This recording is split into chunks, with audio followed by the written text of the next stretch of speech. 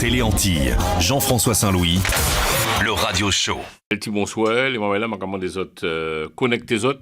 À dans petit moment, quoique nous peut démarrer, nous démarrer le grand direct et puis invitez-nous, nous en lot question à poser, ça va faire nous plaisir. Yo là et puis nous au soir et comme d'habitude, ça va faire nous plaisir. Ils vont comme des grands se présenter. Bonsoir les super invités. Comment allez-vous? Alors rapprochez-vous s'il vous plaît. Rapprochez-vous. Bien sûr. Alors est-ce que vous pouvez en quelques lignes vous présenter pour les téléspectateurs de Télé Antilles? André, on commence par qui? Bonsoir. Honneur aux dames normalement, mais bon, comme elles souhaitent que je parle. Bonsoir tout le monde, belle bonsoir maman. Mon content, ouais, autres en tout cas, pas qu'à ouais autres, mais autres cas ouais moins. Mon content savent que les autres capoté que bien. André Bazin, président ultramarin de Bout, mais je dis pas là en tant que ultramarin de Bout, mais là en tant que SAVEC, association qui finit créée, diaspora solidaire avec les victimes de l'empoisonnement colonial, et moi qui fait partie de l'association TAA en tant que trésorier adjoint.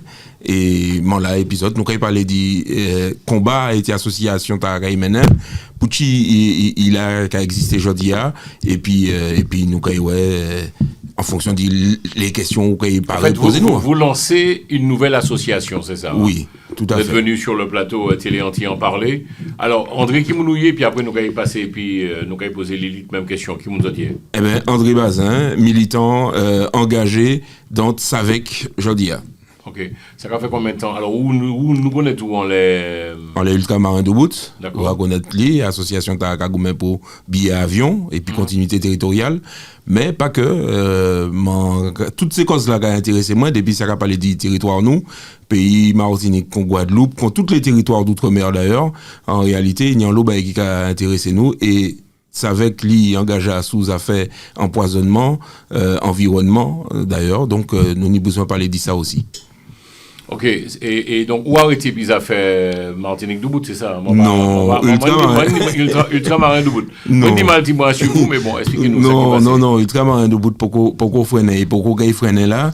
Parce que nous avons un combat qui est bien engagé là. D'ailleurs, avant ma base ça fait combat, le 11 juillet, nous avons invité autres mamans, Malakoff, nous avons des affaires anti-bré-manger, nous avons dit ça comme ça, à partir de 19h, le 11 juillet, nous avons attendu pour autres ça, justement, prend force dans le combat et puis puis autres ça mène un petit peu plus. Alors, Ultramarin de Bout, engagé toujours dans les affaires billets avion et continuité territoriale là, nous avons mené 3 rapports au niveau de l'Assemblée nationale là, sous affaires et continuité territoriale ou discontinuité territoriale là, nous a parlé en affaires de triangle de la captivité, quand elle prix BA, ça fait yield management, ça fait TSBA, ça fait toutes ces conjonctures il y a plein de tête nous et puis un marché qui très contraint puisque il pas ni en lot acteur en lait donc tout ça qui a fait que prix BA a augmenté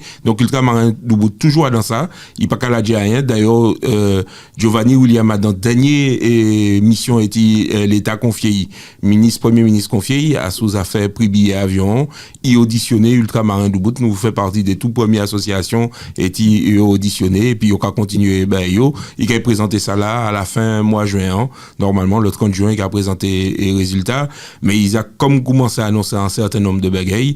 Donc, nous-mêmes, nous disons ça, pas tromper corps complet. TSBA, comme il y a qu'à prendre les nous, alors on dit qu'on va nous flécher, tu prends la dedans, on va prendre petit brin dedans, on va pas créer l'autre taxe, on va prendre petit brin dedans, et puis on va balancer ça sous la continuité territoriale, ça te fait un petit soulagement pour ces mamans-là, et ça paye bien à moins cher. Ok. Alors, Lilith, présente-toi, on va un peu parler, discuter, échanger. Qui es-tu? Alors moi je suis Lilith, j'ai 39 ans, je suis une militante anti-chlordécone et je rajouterais même comme on aime bien. Est-ce qu'on peut parler plus fort? Oui, alors je vais parler plus fort. Non, on va nous griller quand même. Pardon. 39 ans, militante anti-chlordécone et militante aussi décoloniale, un sujet qui est très à la mode en ce moment mais qui a été quand même ouvert par Malcolm Ferdinand et je l'en remercie. Pareil avec André, je fais partie de SAVEC, donc Diaspora Solidaire avec les victimes de l'empoisonnement colonial. Et cette association, elle est née de notre combat qui a été initialement, inspiré par le combat des ouvriers agricoles. Et aujourd'hui, nous, on voudrait aller plus loin concernant le combat du chlordécone, c'est l'après. Le chlordécone est là, maintenant, qu'est-ce qu'on fait après? Comment on soigne les gens? Comment on les reçoit pour les soigner? Beaucoup doivent se faire soigner ici, femmes, hommes, enfants. Il y a des initiatives qui sont déjà mises en place par Amazon et l'association Amazon, donc je salue très fort parce qu'elles font un travail remarquable. Elles accueillent les femmes qui ont des cancers du sein, elles les accueillent avec leur famille entière. Elles ont à date 6 appartements pour les accueillir. Et nous, on voudrait encore renforcer ce sujet-là et renforcer leur travail et créer aussi nos lieux d'accueil pour les enfants, les hommes et les familles qui viennent se faire soigner ici par rapport au chlordécone. Donc c'est de là qu'est né du coup Diaspora Solidaire avec les victimes de l'empoisonnement colonial. Et aussi parce que, hormis les ouvriers agricoles, on voulait aussi accompagner toutes les victimes du chlordécone parce que on peut avoir travaillé dans la banane et tomber malade et ne même pas y avoir travaillé et tomber également malade. Et donc on s'est rendu compte qu'il y a énormément de manque de prise en charge ici en Hexagone quand les gens viennent se faire soigner. Soit ils ont souvent, comme l'a dit tout à l'heure André, le canapé de la famille pour se reposer. Et en fait, je trouve même au-delà de ça que c'est pas en fait à la famille de devoir gérer une pollution qui a été mise en place par l'État.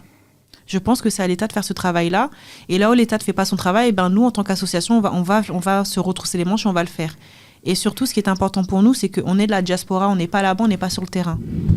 Donc comment, à notre échelle, nous, on peut accompagner les personnes malades? Comment nous, la diaspora, on peut se mobiliser pour accompagner les personnes qui viennent se faire soigner ici? Et c'est là où Tsavek se positionne et souhaite accompagner les personnes. Alors, c'est quoi est-ce qu'on peut expliquer nous le chlordécone, c'est quoi? Alors, ça veut dire la chlore ou le chlordécone? Alors moi je dis le chlordécone, d'autres disent la chlordécone parce qu'ils disent la molécule de chlordécone, mais l'un ou l'autre ça change pas de toute façon, le chlordécone ou la chlordécone, c'est toujours les mêmes dégâts sur la santé et alors, sur c'est l'écosystème. Qui ça chlordécone? Est-ce qu'on peut... Moi je sais que ça fait un petit moment qu'on laisse ça, qu'on battant laisse ça. C'est qui ça chlordécone en fait? C'est une molécule, une molécule, oui. Voilà, t'es qu'à utiliser. On les bananes. C'est exactement ça, c'était une molécule, c'était une poudre blanche précisément, un phytosanitaire que les ouvriers et ouvrières agricoles, qu'on a tendance à mettre de côté, utilisaient dans la bananeraie qu'elles épandaient à main nue. Donc c'est un produit qui est dangereux parce qu'il est responsable de pollution des sols pour une grosse durée, pollution des eaux et de l'écosystème et a rendu malade énormément de personnes. Et aujourd'hui, on a vu le lien de corrélation entre le chlordécone et les maladies professionnelles telles que Parkinson, le syndrome non-hodgkinien et le cancer de la prostate. Il faut savoir que les Antilles françaises, donc Martinique et Guadeloupe, détiennent à elles seules le record mondial. Elles sont deuxième mondiale de taux de cancer de la prostate, juste derrière les États-Unis. Donc quand on voit la petite superficie de nos îles et le taux de cancer de la prostate qu'il y a chez nous, il y a une vraie question à se poser sur l'exposition de la population. Et donc le chlordécone, c'est ce produit qui a rendu malade tout le monde, qui permet de tuer le charançon noir du bananier et qui fait encore des dégâts aujourd'hui, bien qu'il ne soit plus officiellement utilisé. Il fait encore de nombreux dégâts puisqu'il serait présent dans nos sols pour 4 000 à 11 000 ans de pollution. Ce qui est quand même...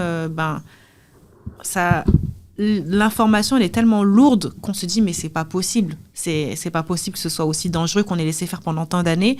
Et pourtant, oui, on a laissé faire pendant beaucoup d'années. L'État a laissé faire parce qu'il fallait produire de la banane et il fallait avoir du rendement. Donc, c'était le produit le moins cher et le plus facile, je dirais, le plus pratique pour tuer le charançon noir. Donc, on a épandu du chlordécone comme ça à tout va et même des doses plus que de raison. Donc, aujourd'hui, on se trouve avec 2 îles qui sont totalement empoisonnées au chlordécone. Alors, pas toutes les terres sont empoisonnées, c'est vrai. Mais en tout cas, sur les 30%, et je vais parler de la Martinique que je connais très bien, sur les 30% de terres qui sont allouées à la banane, ces terres-là sont empoisonnées au chlordécone. Et donc, ça s'est infiltré dans les nappes phréatiques, ça s'est infiltré aussi au niveau des barrières, des récifs autour de l'île. Enfin, les lieux de pêche sont empoisonnés et ce sont près des rives de la Martinique. Donc, le chlordécone, c'est un peu tout ça. Voilà. J'espère que j'ai été un peu claire. Est-ce qu'en 2026, on peut toujours dire qu'il y a encore danger avec le chlordécone toujours? Ça fait combien de temps ça a arrêté ça? Mais la question est belle. La question est très bien.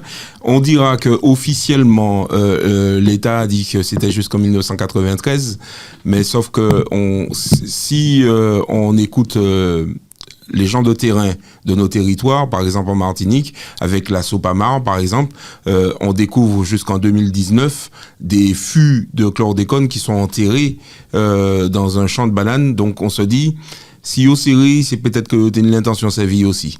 Donc, il n'y a pas de raison de dire que jusqu'à présent, entre 93 et aujourd'hui, ceux qui ont encore du chlordécone à leur portée de main, eh ben, ils l'ont pas utilisé. On ne peut pas le savoir, on ne peut pas le dire vraiment, mais pourquoi l'avoir gardé?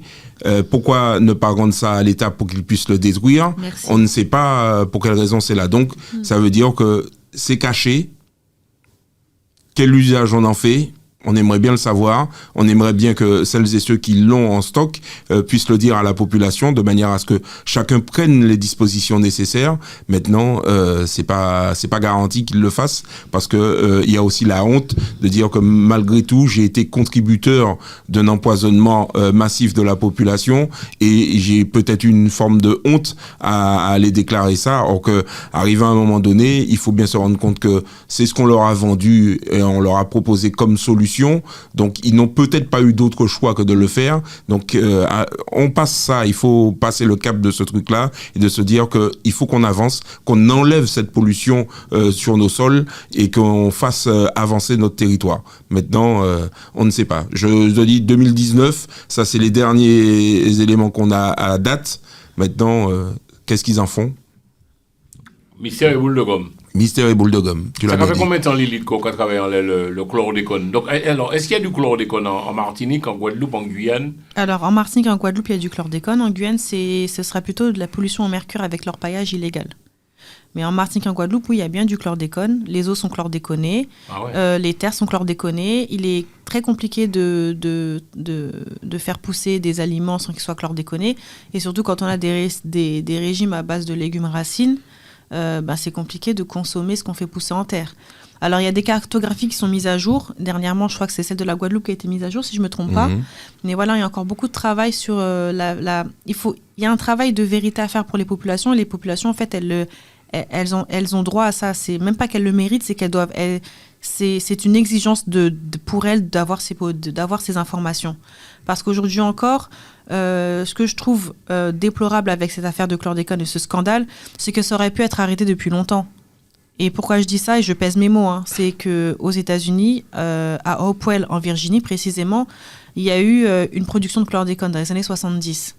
Et en fait, ils se sont rendus compte que les déchets qui étaient déversés par rapport à cette usine de production, elles polluaient les gens et rendaient les gens malades. Il y a eu un très gros procès aux États-Unis sur cette affaire de chlordécone. Et on sait que les États-Unis, c'est pas un État, du moins un pays, qui fait attention vraiment aux problèmes climatiques. C'est un État capitaliste qui capitalise absolument tout. Et ben dis-toi, Jean-François, que le chlordécone était tellement dangereux qu'il y a eu un procès qui a fait la une des journaux partout là-bas et qu'ils ont interdit et de produire le chlordécone et de le vendre sur leur territoire. Pour que les États-Unis en viennent à interdire un produit, c'est que vraiment le produit est dangereux. Et ça a fait une telle déferlante. Et dis-toi que dans les années 176, qu'il y a eu ce gros accident que tout le monde pourra retrouver dans les infos. 76 gros accidents de Hopewell en Virginie. Le chlordécone est interdit, jugé dangereux, cancérigène, interdit. Et la ville d'Hopewell mettra 20 ans à se débarrasser du chlordécone dans ses terres. 20 ans. 20 ans. Donc ça veut dire que c'était faisable en fait. Et nous, ce qui s'est passé pour nous, c'est que Chirac a autorisé le chlordécone en 72, alors que le chlordécone est déjà vu comme un produit dangereux. Déjà, la commission des toxiques dans les années 60, donc 68, dans les années 65 et 68, avait déjà dit que le produit a l'air d'être vraiment dangereux. C'était un cancérigène probable. Donc, l'État n'avait même pas validé. Il faut savoir que l'État passe les produits qui sont vendus, utilisés sur les territoires, doivent être validés par la commission des toxiques. L'État, la commission des toxiques en particulier, avait dit non pour ce produit. Eh bien, je ne sais pas comment ils ont réussi. Par force de lobbying, Jacques Chirac a donné des autorisations de mise sur le marché du produit. C'est-à-dire que même légalement, le produit n'était pas autorisé parce qu'il était considéré comme dangereux. Après ça, en 79, l'OMS, l'Organisation mondiale de la santé, a averti en disant que le chlordécone est un produit qui est probablement cancérigène. Et bien, malgré ça, il y a eu des dérogations, des prolongations d'utilisation du produit jusqu'en 93, officiellement, alors qu'il avait été interdit en 90 en hexagone. prolongation pour nous jusqu'en 93 en Martinique et en Guadeloupe, ce qui a laissé le temps aux personnes qui produisent le chlordécone, donc les sociétés Lagaric, de reconstituer leur stock. Donc qui nous dit, et comme je reviens sur ce que dit André, qui nous dit qu'en fait ils n'ont pas continué à les prendre, puisqu'on ne surveille pas et on laisse faire. Donc le chlordécone, ça a amené tout ça, et c'était un produit qui était déjà connu étant dangereux. Moi, la question que je me pose, c'est vraiment nos vies, elles valent tellement moins que ça, tellement moins que de l'argent, qu'on peut se permettre de polluer une population entière. Et quand je dis ça, je pèse mes mots. Plus de 90% de la population martiniquaise et guadeloupéenne est empoisonnée au chlordécone, pour ceux qui vivent dans les territoires. Et on ne sait pas... C'est quoi, combien de pourcents ? Plus de 90%. 92 pour la Martinique, 95 pour la Guadeloupe. Donc quand tu sais que ce taux-là, et c'est pas des gens qui ont développé forcément des maladies, mais ça veut dire que c'est des gens qui ont du chlordécone dans le sang. Donc ça veut dire que les gens constamment ils vivent avec le stress de se dire je vais peut-être développer un problème de la thyroïde, parce que ça joue aussi sur la gorge, la thyroïde. Hein. C'est des choses qu'on voit sur le terrain qui sont pas encore rédigées de manière scientifique et répertoriées par les scientifiques. Mais la science de terrain, elle compte beaucoup. Et on a tendance très souvent à mettre de côté les récits des personnes qui le vivent au quotidien. Tu vois, comme si en fait ce qu'elles expliquaient, c'était pas de la science, alors que c'est de la science, ça a un nom, ça s'appelle de la santé communautaire. Et ça doit être respecté. Et très souvent, on le met totalement à part. On se dit que on n'est pas assez intelligent pour comprendre ce qui nous arrive. Quand tu as plusieurs personnes qui parlent entre elles, qui font du beau cantage, et qui commencent à se dire tiens, attends, moi j'ai ça comme symptôme, toi t'as quoi comme symptôme, ou lui là, ça. Au bout d'un moment, tu vois bien qu'il y a un faisceau d'indices qui te prouvent que le chlordécone, c'est pas uniquement le cancer de la prostate, la Parkinson et le syndrome de Hodgkinien. Combien de femmes chez nous ont de l'endométriose? Combien de femmes chez nous ont du SOPK, le symptôme olivarien polykystique. Kystique, j'ai du mal à le dire, mais les gens comprendront. D'ailleurs, le nom a changé. D'ailleurs, c'est plus SOPK, on dit encore autre chose, mais bon. Combien de femmes ont des difficultés à la procréation? Combien d'enfants naissent avec des retards, avec des points en moins sur le QI? Combien d'enfants vont voir l'orthophoniste aujourd'hui? Combien d'hommes développent des cancers beaucoup plus jeunes? Parce qu'aujourd'hui, les cancers attaquent de plus en plus jeunes. Il y a des gens d'une trentaine d'années qui ont déjà développé des cancers, sans même avoir travaillé dans la banane. Donc combien de femmes sont touchées? Combien d'enfants sont touchés? Combien d'hommes sont touchés, sans parfois être ouvriers agricoles? Et en fait, tu te dis, on a pollué autant de personnes pour avoir de la banane ici en France. Moi, je trouve ça aberrant. Et c'est pour ça que nous, on veut accompagner les personnes malades. On ne va pas faire les sauveurs. Hein, on n'est pas là pour... on ne peut pas de toute façon. Et ce n'est pas la prétention qu'on a. Mais si on peut apporter un peu de manière assez utopique, un peu de douceur dans la vie des personnes, parce que vivre avec la maladie, j'ai un ami à moi qui me l'a confié, qui a eu un cancer de la prostate en n'ayant jamais travaillé dans la banane. Et il m'a dit, tu sais, moi j'étais à l'hôpital en Martinique, et le soir dans ta chambre d'hôpital, t'es tout seul. T'es seul avec tes pensées, t'es seul avec la peur de te dire que tu vas y passer. T'es seul avec ça. Et psychologiquement, si tu vas pas bien, en fait, tu guéris pas. Alors, qu'en est-il des personnes qui viennent ici se faire soigner, qui se retrouvent seules parce qu'elles n'ont pas les moyens de payer les billets d'avion? Et c'est pour ça qu'avec aussi UMD, on travaille ensemble. Qu'en est-il de ces personnes qui ont besoin d'être accompagnées dans ce parcours de santé? Et on oublie que l'aspect de santé mentale compte énormément. Donc, c'est là où Tsavec va se positionner.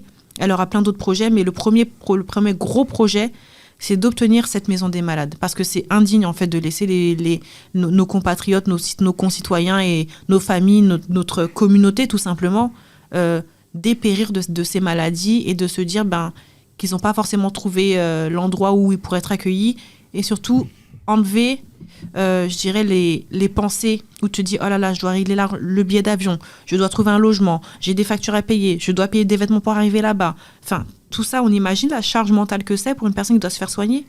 Donc on impute à la personne d'être responsable de son empoisonnement, alors que c'est pas elle qui a demandé qu'on mette du chlordécone sur sa terre. Donc c'est là où nous on vient en jeu, et je parle de manière très passionnée, mais ça me... Je vois ça. Mais ça me...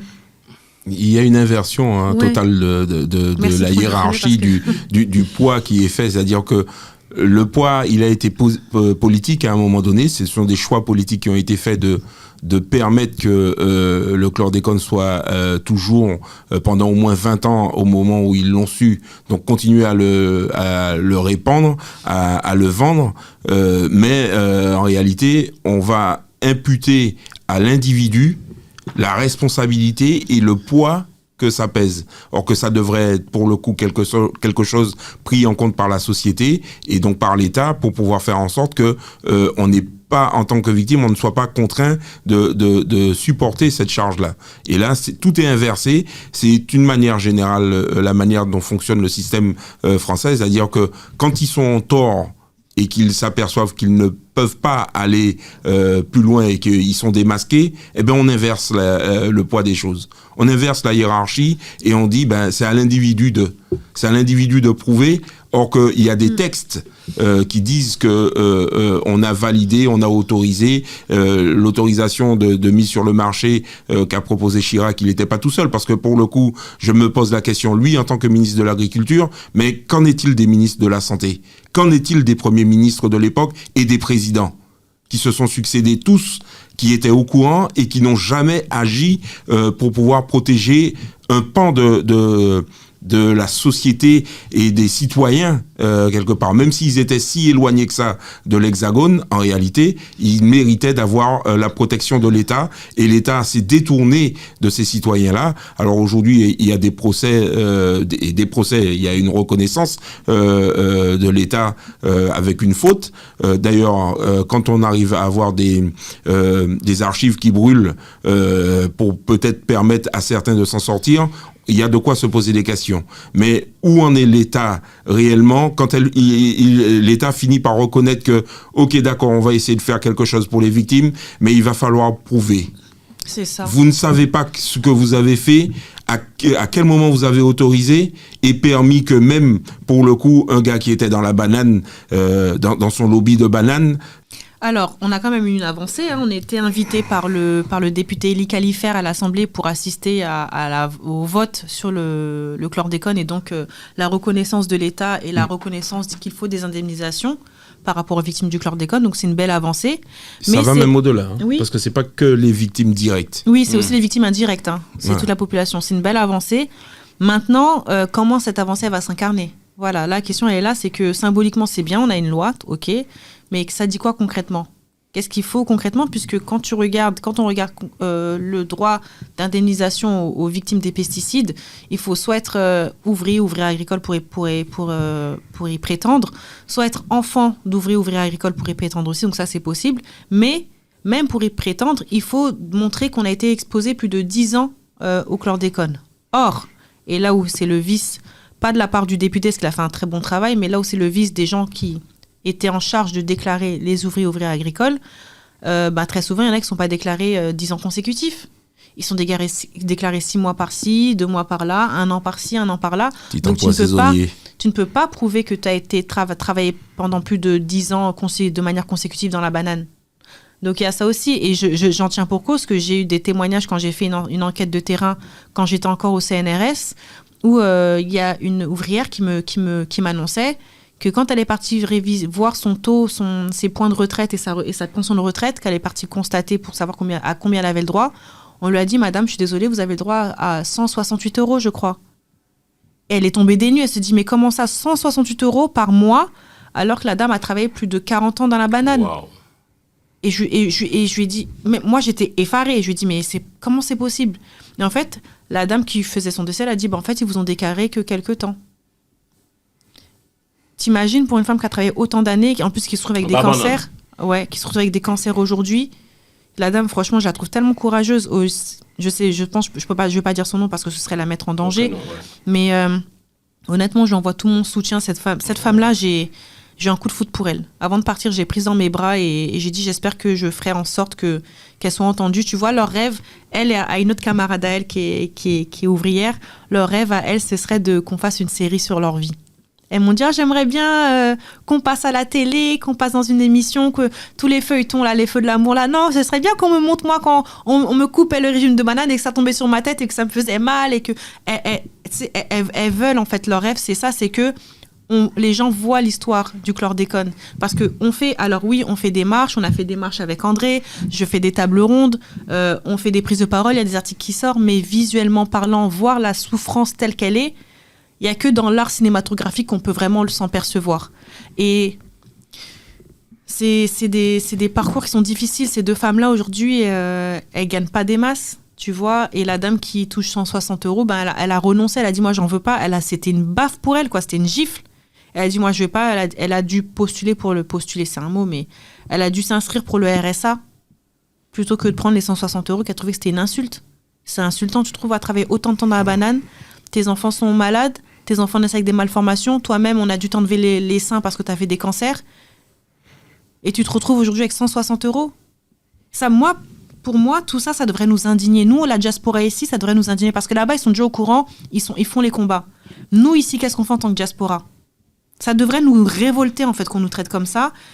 On devrait se dire, mais attends, c'est une prolongation de l'esclavage, ce truc-là. C'est encore des cultures coloniales où t'as deux choix. Soit banane, soit canne à sucre. Les gens mangent de la banane et de la canne à sucre tous les jours pour vivre ? Tu nourris comment 350 000 personnes avec que de la banane et de la canne à sucre ? Et après, on s'étonne que les gens payent cher. Mais les gens payent cher, en plus, les gens payent cher leurs courses aux mêmes personnes qui détiennent ces grosses firmes-là. Donc ça veut dire qu'ils subissent la vie chère parce qu'en fait, on ne peut pas cultiver sur nos sols. Il reste une toute petite superficie, la taille de la ville de Dijon. 40 km², tu fais quoi avec 40 km² pour nourrir une population entière ? Alors oui, il y a des initiatives de jardins créoles et tout ça, mais il faut les faire tester par le programme JAFA, si je ne me trompe pas. C'est gratuit, donc c'est une bonne chose. Mais ça veut dire c'est encore une charge aux gens de savoir si chez eux, il y a du chlordécone, faire les démarches. En fait, on ne se rend pas compte. Il faut monter les dossiers. Je ne dis pas que les gens ne savent pas faire, c'est que c'est une charge, en fait. Il y en a plein qui n'aiment pas faire de dossiers. Il faut monter les dossiers, il faut être au courant de tes droits, il faut être au courant des droits que tu as, des subventions que tu peux obtenir. C'est quand même... Et tu vois, tout ça, je me dis encore une fois, on empoisonne chez nous. On empoisonne les gens et ça devient à ces mêmes personnes-là de trouver une solution pour s'en sortir. Parce que l'État fait, mais l'État fait de manière petit pas. C'est que le 22 qu'on aurait une réponse définitive concernant le non-lieu. Déjà, même ça, dire qu'il y a un non-lieu du chlordécone. Un non-lieu, ça veut dire quoi ? Ça veut dire que circuler, il n'y a pas d'affaires. Hein. Comment tu peux dire qu'il n'y a pas d'affaires quand plus de 90% de ta communauté, elle était empoisonnée ? Comment tu peux te dire ça ? Puis le crime continue. C'est pas parce que aujourd'hui il y a peut-être pas d'usage d'utilisation du chlordécone, c'est pas parce qu'il y a plus d'usage d'utilisation du chlordécone autour des bananeraies que en réalité les effets qui ont été épandus, qui sont dans les sols, qui sont dans la nourriture, qui sont dans la mer, en fait ça continue. Donc le crime il est permanent, perpétuel. Au moins pour minimum, ils disent 700 ans.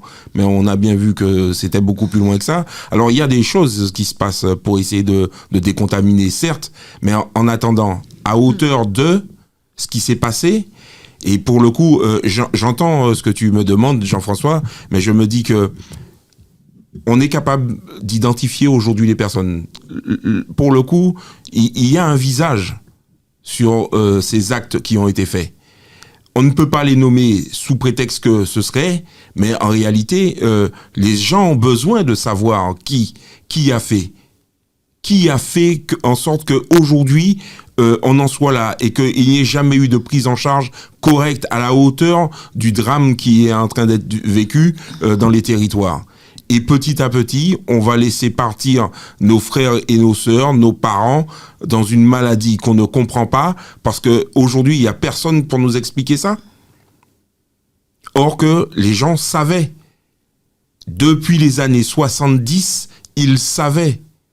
Donc comment on peut laisser faire, comment on peut autoriser, comment on peut même décorer des gens et ne pas agir pour dire, quand on fait du mal, on doit réparer. Et la question de la loi qui a été votée, c'est bien la problématique de la réparation derrière. C'est-à-dire quels moyens on met derrière pour pouvoir permettre que ces victimes-là n'aient plus à monter de dossier, que ce soit quelque chose qui soit automatisé pour elles.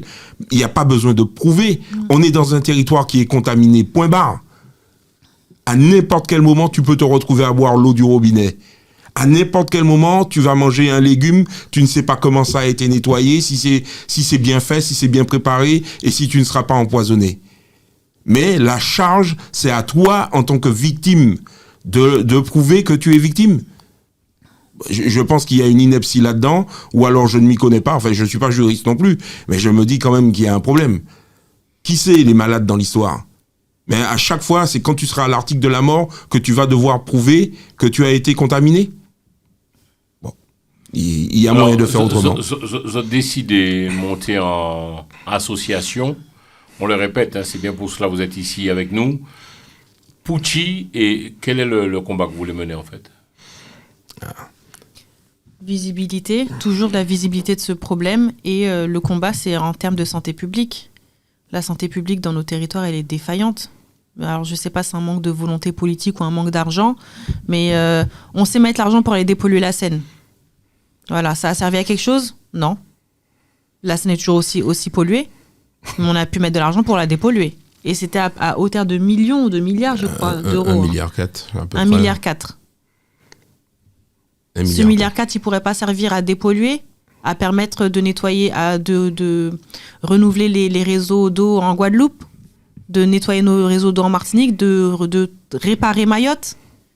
Enfin, là, on parle de chlordécone et tout ça, mais en fait, c'est bien plus loin que ça. C'est tous les territoires d'outre-mer, en fait, qui sont laissés à l'abandon, qui sont... je suis désolée, des termes, je vais peut-être ça va mal être compris, et je suis désolée, je vais faire au plus clair. Mais nos territoires sont comme des pays en voie de développement. Tu vois l'état de nos routes, tu vois l'état de nos hôpitaux, tu vois l'état de l'éducation. On est en fait la poubelle de la France, et je mâche pas mes mots. Et quand je parle de poubelle de la France, il y a même un autre truc qui me vient en tête. Enfin, ça va pas avoir avec ce qu'on va dire là, mais c'est pour montrer l'ampleur de comment on est traité. Comment se fait-il que les professeurs des écoles et autres instituteurs, lorsqu'ils sont accusés de pédocriminalité, sont envoyés dans nos îles? Ah ouais? Bien sûr. Il y a beaucoup de témoignages qui sortent, donc c'est juste pour dire à quel point, ça c'est un exemple parmi tant d'autres, mais pour dire à quel point on est des citoyens de seconde zone. Combien de temps Sabrina Cajouli a fait un travail formidable pour qu'on puisse enfin être intégré dans la Charte sociale européenne. C'est pas pour être européen ou quoi que ce soit, mais c'est des droits en fait. C'est un traité. C'est pas qu'une charte, en vrai, c'est un traité qui oblige la France à faire son travail. Et beaucoup pensent qu'il n'est pas contraignant, mais il est contraignant. Et je donne un exemple très simple. Elle m'a donné cet exemple-là, je le donne. La Charte sociale européenne permet de renforcer encore les droits fondamentaux, donc l'accès aux soins, l'accès à l'éducation, l'accès au travail, l'accès à la santé, enfin toutes ces choses primordiales qui concernent même contre la pauvreté. La lutte contre la pauvreté, la Charte sociale européenne, l'accès à la mobilité pour toutes les personnes, même les personnes handicapées, porteurs de handicap. Eh ben, la France, quand elle a commencé pour la coupe c'était quoi? C'était les Jeux Olympiques. Quand la France a fait plein de travaux là pour l'accessibilité pour les personnes qui sont en fauteuil roulant, c'est pas parce que la France a voulu le faire, hein. C'est parce qu'en fait, elle a été retoquée par l'Union et qu'on leur a dit qu'elle était dans l'illégalité. Et c'est grâce à la Charte sociale européenne que la France a été obligée de retaper tous ces lieux pour que ce soit accessible aux personnes qui sont en fauteuil roulant. Donc, et ce qu'on nous fait croire, c'est que ça a été une bonne volonté de la France de le faire. Non, c'est parce qu'en fait, on l'a pointé du doigt sur ça et qu'elle était dans l'illégalité. Donc, dès qu'on sait ça, ça veut dire qu'on peut se mobiliser pour utiliser la Charte sociale européenne dans notre bon droit pour la lutte contre le chlordécone et surtout pour répondre aux questions de santé publique. Parce que la santé publique, c'est un droit, en fait. On paye des impôts pour ça. On paye des choses, on paye des cotisations. Et finalement, on est toujours les derniers bénéficiaires. Comment se fait-il que les gens doivent se faire soigner encore ici? Ils pourraient se faire soigner aux Antilles. Mais l'état des hôpitaux aux Antilles, beaucoup de personnes qui sont sur le live qui te suivent connaissent l'état des hôpitaux qu'il y a chez nous. Donc c'est parce que c'est pas mis en place, ou ça a pas volonté d'être mis en place.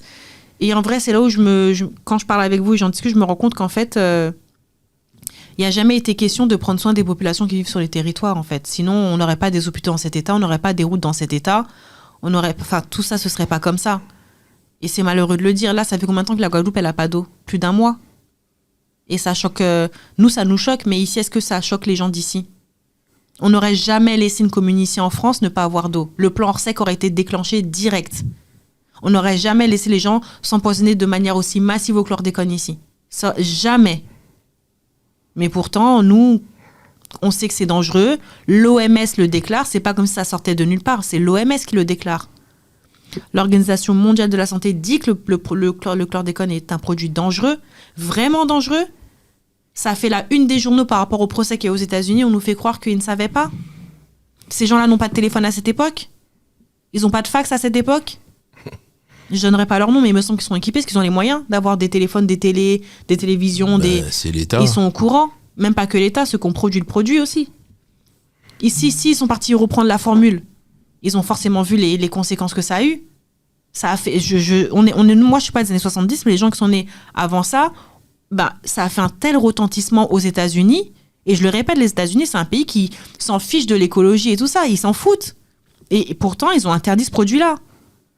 Si on avait pris la même voie et que, il y a eu ce produit à utiliser, mais on arrête, on aurait mis 20 ans à restaurer. 20 ans, là, on est puni, en fait. On est enfermé dans cette cage pour 4 000 à 11 000 ans. Qu'est-ce qu'on fait ? Tu es parti en Martinique, Lilith, tu es resté en... Oui, tu as enquêté sur pas mal de choses. Qu'est-ce que tu vois pour le chlordécone ? Tu constates quoi, en fait ? Alors, tu as fait quoi comme commune ? Tu étais où ? Tu as fait quoi ? Tu as mené une enquête, hein ? Oui, une enquête de terrain. J'ai rencontré des personnes qui travaillent ou qui ne travaillent pas dans la banane. J'ai regardé un peu le travail des institutions sur la communication qui est faite par rapport au chlordécone. Et j'ai pris beaucoup le ressenti, en fait, et l'expérience des personnes, parce qu'à la base, c'était vraiment une expérience de terrain pour rencontrer les personnes. Et ce qui est dit, c'est que les personnes, en fait, elles en ont marre d'entendre qu'on s'occupe que du cancer de la prostate, qu'on sait que c'est le cancer de la prostate, le chlordécone est dû au cancer, le chlordécone provoque des cancers de la prostate. Et de la plupart des retours que j'ai eus, c'est... en fait, ils me disent toujours la même chose, mais en fait, il y a d'autres choses. Moi, je suis une femme, je suis touchée par telle et telle chose. Et ma maladie, elle n'est pas reconnue comme étant professionnelle. Et pourtant, j'ai travaillé dans les bananeraies. Il y a une dame qui me disait, et je parlais avec elle, elle s'occupe de ses frères et de ses frères. C'est la seule femme, elle a 5 frères. Et elle me disait que, c'est en parlant avec toi, là, que je me rends compte que aucun de mes frères n'a eu d'enfant. Tu vois, tellement les gens, pour eux, c'est... Ça devient banal. Ça devient banal. Et elle me dit, mais attends, je parle avec toi, là, tu fais ton enquête, mais attends, je me rends compte qu'aucun de mes frères n'a eu d'enfant. Aucun de ses frères. Elle est venue habiter en France, après elle est revenue parce qu'il fallait s'occuper de son dernier petit frère, qui du coup souffre d'un retard mental aussi, à cause du chlordécone, et que lui non plus n'a pas eu d'enfant. Aucun de ses frères n'a eu d'enfant. Il y a un monsieur qui n'a carrément plus d'estomac, à cause du chlordécone, et comme c'est pas reconnu comme maladie, le cancer de l'estomac, donc du coup il n'est pas indemnisé pour ça. Donc ce qui est ressorti, c'est qu'il y a une opacité, et quand il y a de la communication elle est faite uniquement pour responsabiliser les gens qui sont malades. Et il y a une volonté de la part des personnes d'avoir des vraies politiques, en fait, de dépollution, des politiques de destruction des stocks, parce que jusqu'à présent les gens me disaient on a eu l'histoire du chlordécone, on l'a arrêté, mais les stocks on ne sait pas où est-ce qu'ils sont passés, quoi. On ne sait pas. Et ça, c'est des gens du terrain. Que ce soit des gens qui travaillent ou qui ont des enfants, ou des enfants des ouvriers agricoles, c'est des discours que j'ai eus. Et après, dans le grand public qui ne travaille pas forcément sur le chlordécone, c'est qu'ils sont au courant, mais en fait, ils n'en savent pas plus que ça.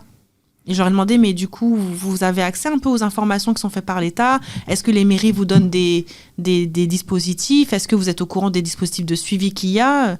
Il y a très peu de personnes qui sont au courant qu'il y a un centre régional de pathologie professionnelle environnementale qui existe.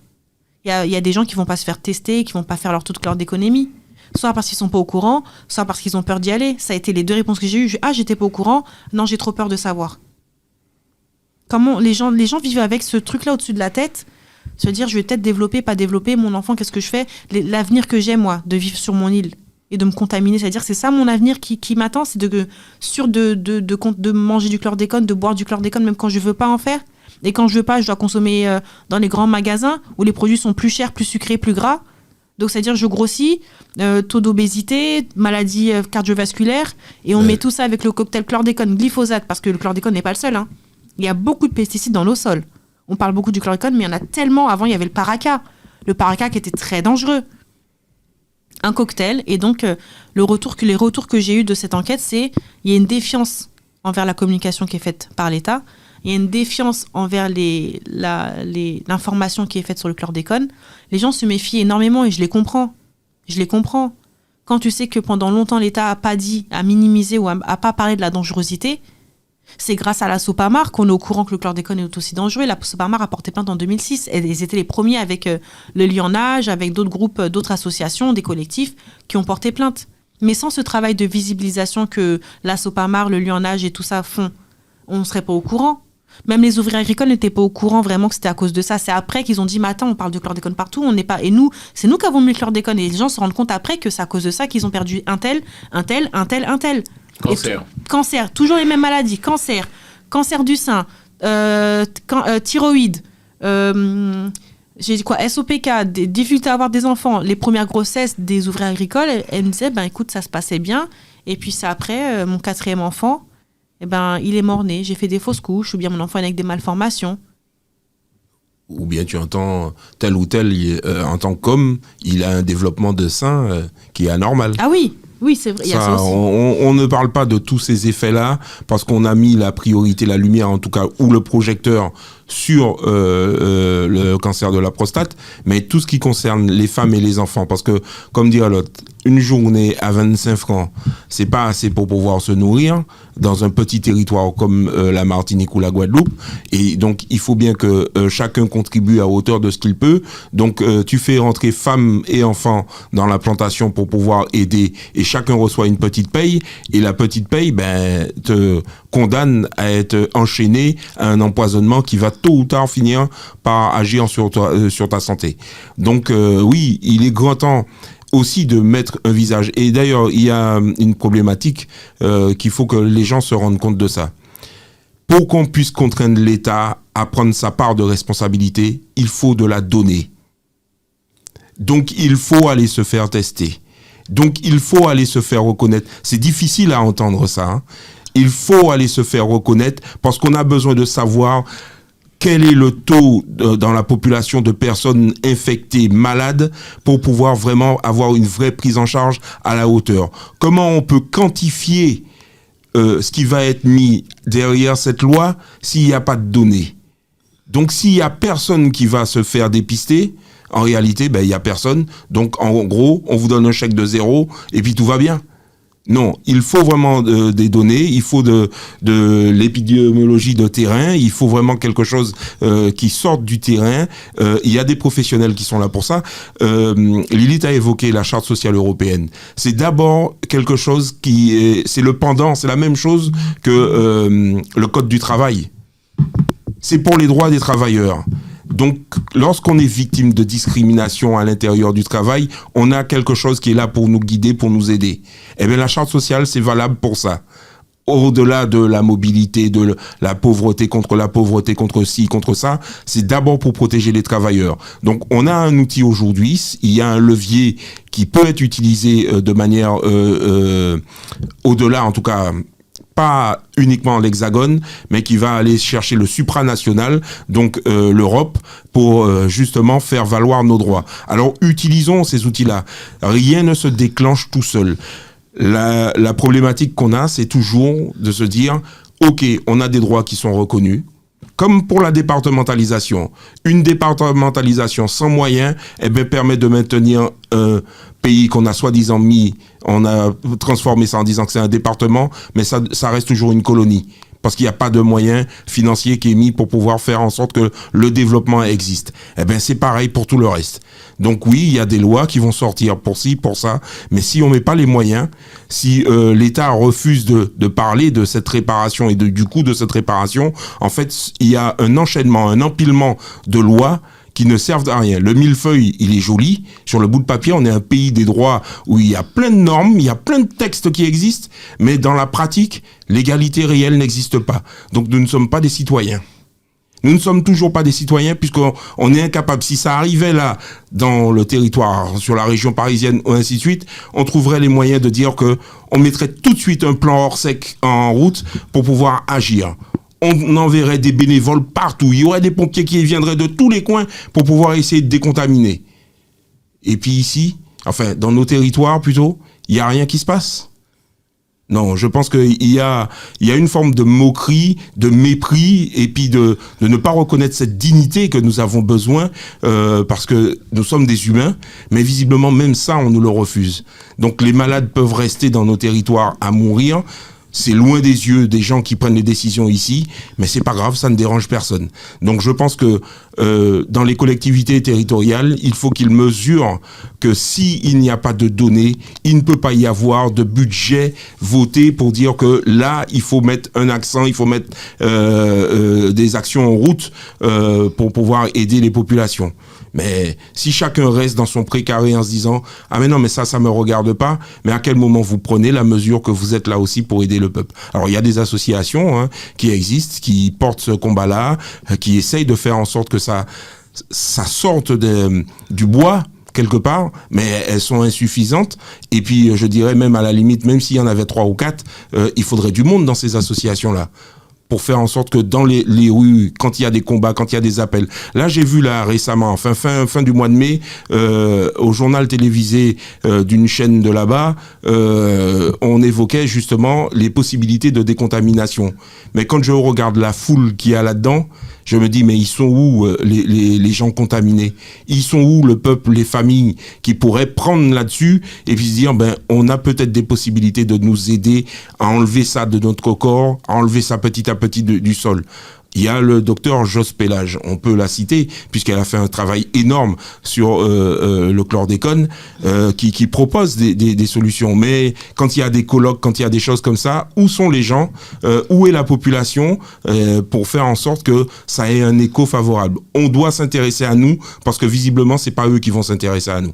Donc, prenons soin de nous, faisons le nécessaire pour faire en sorte que on trouve des solutions pour décontaminer nos sols, décontaminer pas tout de suite les rivières, puisqu'avec l'érosion, ça va encore descendre dans la mer et on ne pourra toujours pas avoir de pêcheurs pour aller nous proposer de bons poissons quand on viendra en vacances, sait-on jamais.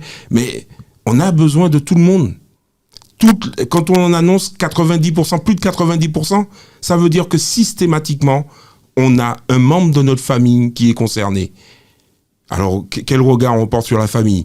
On agit comme ce qui s'est passé en 2003, la canicule ici, où on abandonne les familles, on se dit, je regarde que mon nombril et mes vacances que je vais passer ailleurs pendant que ma famille est en train de mourir. Non, je pense que le peuple antillais, d'une manière générale, les Martiniquais, les Guadeloupéens ne sont pas comme ça.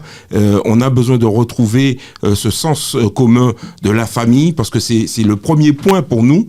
Et puis après, il faut mettre en lumière ces victimes, ces femmes et ces hommes, justement pour dire que on n'efface pas et on n'oublie pas. On était dans un mois mémoriel, le mois de mai. Oui, mais le mois de mai, c'est aussi, peut-être, il faut penser, même si c'est pas la même date, mais la tuerie du Chalvet. C'est pas pour rien non plus, parce qu'à cette époque-là, ceux qui sont tombés, ceux qui étaient en train de manifester, ils ont bien annoncé que ils étaient en train de répandre cette cochonnerie sur les sols, mais qu'ils n'avaient aucune protection. Et qu'ils n'en voulaient plus, en plus. Et ils voulaient même plus du produit. Et qu'est-ce qu'on a fait? On a outrepassé la réclamation des travailleurs. Donc, il n'y a aucun droit qui s'applique à ce moment-là? On a tiré sur la population à balles réelles à ce moment-là, le 14 février 1974. Donc, est-ce que ce que tu dis. Alors, je le répète, on a avec nous Lilith et puis André. Lilith, ou quoi fait en l'eau étude, ou t'es pas côté Martinique, est-ce que ça agace là aussi, ça peut être dangereux aussi, nous aussi, c'est même là. Mais alors là, mais tellement. On nous parlait de Sargasse. La Sargasse, alors je suis pas une professionnelle de la Sargasse du tout, mais c'est un témoignage C'est dangereux. C'est dangereux. Les effluves qui ressortent de la Sargasse sont dangereuses. Elles touchent les poumons et elles rendent malade. C'est toxique. L'air de la Sargasse est toxique. L'algue, quand elle remonte, elle est avec le réchauffement climatique, elle remonte, elle vient s'échouer et en fait c'est la décomposition de la Sargasse qui fait qu'il y a cet air-là toxique. Qu'a senti. Ça sent et ça rend malade. Ça pourrit les vêtements, ça pourrit les gens, ça pourrit et surtout ça touche les poumons en fait. Et j'ai une copine à moi qui est asthmatique et la Sargasse elle en souffre.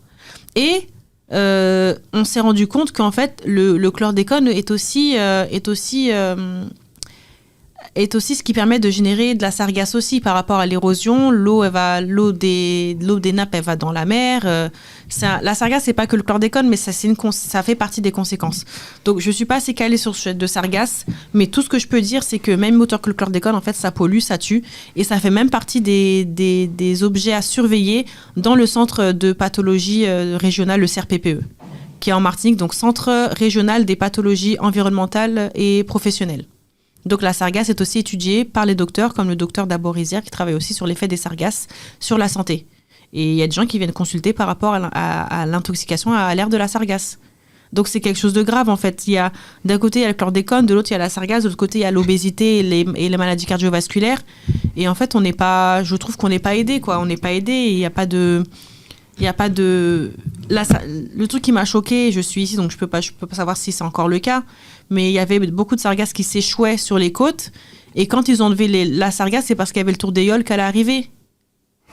Enfin, ça en dit long, en fait, sur je sais pas pourquoi on laisse faire. Alors oui, c'est de l'argent de dépolluer, il faut un bateau spécial pour récupérer la sargasse et tout ça, je suis d'accord. Mais c'est là où je me dis, mais qu'est-ce que l'État fait dans ces conditions ? Pourquoi l'État met pas les moyens ? Et c'est pour ça que je reviens encore sur les 1,4 milliard qui ont été mis pour la Seine. En plus, pour un moment temporaire. Les Jeux Olympiques, c'est pas tout le temps, c'était un moment. Et finalement, je crois qu'ils ont même pas fait l'épreuve, je crois, parce qu'elle était trop polluée, il me semble, la Seine. Donc c'est pour dire, en fait. Donc on est capable de mettre 1 milliard pour aller dépolluer une Seine qui a plein de caca, qui a plein de trucs, qui a plein de je sais pas quoi. Tout ce qu'il y a dedans, des voitures, des cadavres, voilà. Et on n'est pas capable d'aller mettre des bateaux en place pour enlever la sargasse. D'autant plus que les îles anglophones autour de nous travaillent déjà sur la capitalisation de la sargasse, c'est-à-dire comment on peut en faire des briques, comment on peut en faire de l'essence, comment on peut... Il y a plein de choses qui sont faites. Et ça, c'est pas moi qui le dis, c'est un camarade à moi qui est parti faire ses études à la Barbade, qui était étudiant comme moi, qui a fait ses études à la Barbade, qui venait me rapporter des nouvelles en disant « Mais tu sais que nous, on est vraiment en retard. Les îles françaises, on est vraiment en retard sur la sargasse. Il n'y a que nous qui ne capitalisons pas dessus. Alors que ça pourrait être du matériel... Enfin, c'est du matériel qui est là, qui dérange, oui, mais dans ce cas-là, on peut en faire quelque chose d'écologique. C'est-à-dire qu'on peut s'en servir pour faire des briques isolantes. Au lieu d'amener à chaque fois du béton, décider ça, enfin, on peut faire plein de choses, en fait. Et il n'y a que nous qui sommes en retard. Donc, je me pose la question sur la volonté politique, ou sur la volonté politique qu'il y a à ce que nos îles et nos territoires soient mieux lotis. Et je me pose aussi la question sur les relations qu'on a avec l'État français, concrètement. Concrètement, on est vraiment vu comme des territoires de seconde zone. Le chômage, finalement, c'est pas si grave. Il y a quand même des gamines qui se vendent pour pouvoir subvenir à leurs besoins. Aux Antilles ? Aux Antilles, bien sûr. Aux Antilles, bien sûr. Il y a des associations qui travaillent sur ça. Hein. Mais pas que... L'île Martinique ? Martinique, il y en a. Il y en a en Guadeloupe, il y en a en Guyane, il y en a. Mais ici... On entend parler. On a dit nous que jeune maman est qu'à prostituer. Mais bien sûr que ça existe. Les réseaux prostitutionnels, bien sûr que ça existe. Il y a des associations qui sont là-bas, qui s'appellent d'Antilles et d'ailleurs, qui travaillent sur ça. Je l'invente pas. C'est des vraies choses qui arrivent. Et on te dit quoi ? Qu'est-ce que ces associations te disent ? Qu'il y a de plus en plus de prostitution juvénile. Aux Antilles ? Aux Antilles. Jeune femme qui a fait pitié. Jeune femme. Tu vois, même je me dis, ma fille, elle a 12 ans, l'âge de ma fille, quoi. Waouh. Et ouais. Sûr. Ah, tu sais quoi, va voir les travaux d'Antilles et d'ailleurs. Je vous envoie à regarder les travaux d'Antilles et d'ailleurs. Je vous envoie à regarder. Les réseaux prostitutionnels, il y a de tout, il y a tous les âges. Hein. Mais il faut aussi être concret. S'il y a de la prostitution juvénile ici en France, en Hexagone, et ça a augmenté pendant le Covid, tu crois vraiment qu'il n'y en aura pas chez nous ? À Mayotte, toutes les femmes, toutes les jeunes filles qui sont avec des vieux, là, qui viennent faire du tourisme sexuel. Enfin, désolé de choquer, de dire des choses qui... Ça n'a pas à voir avec ce qu'on est venu parler, mais ça montre encore qu'il y a une vraie défaillance. S'il y en a ici en Hexagone de la prostitution d'enfants, de mineurs, des jeunes filles qui vont se prostituer, tu ne crois pas qu'il y en aura chez nous ? Surtout qu'on a une lumière grossissante des réalités, des difficultés sociales qu'il y a chez nous. C'est, pardon d'enlever les paillettes des yeux des gens, mais il y a tellement de combats sur lesquels on doit se poser. Il y a tellement de combats sur lesquels on doit bouger. Il y en a trop, en fait. Parfois, tu dis, c'est plus par où commencer. Donc, nous, on a voulu commencer par le plus simple. Enfin, même pas le plus simple, parce que c'est pas le plus simple en vrai, mais le plus concret. La terre a toujours été un champ de lutte. Posséder des terres, avoir des terres, faire ci, faire ça. Et comment on se réapproprie nos terres ?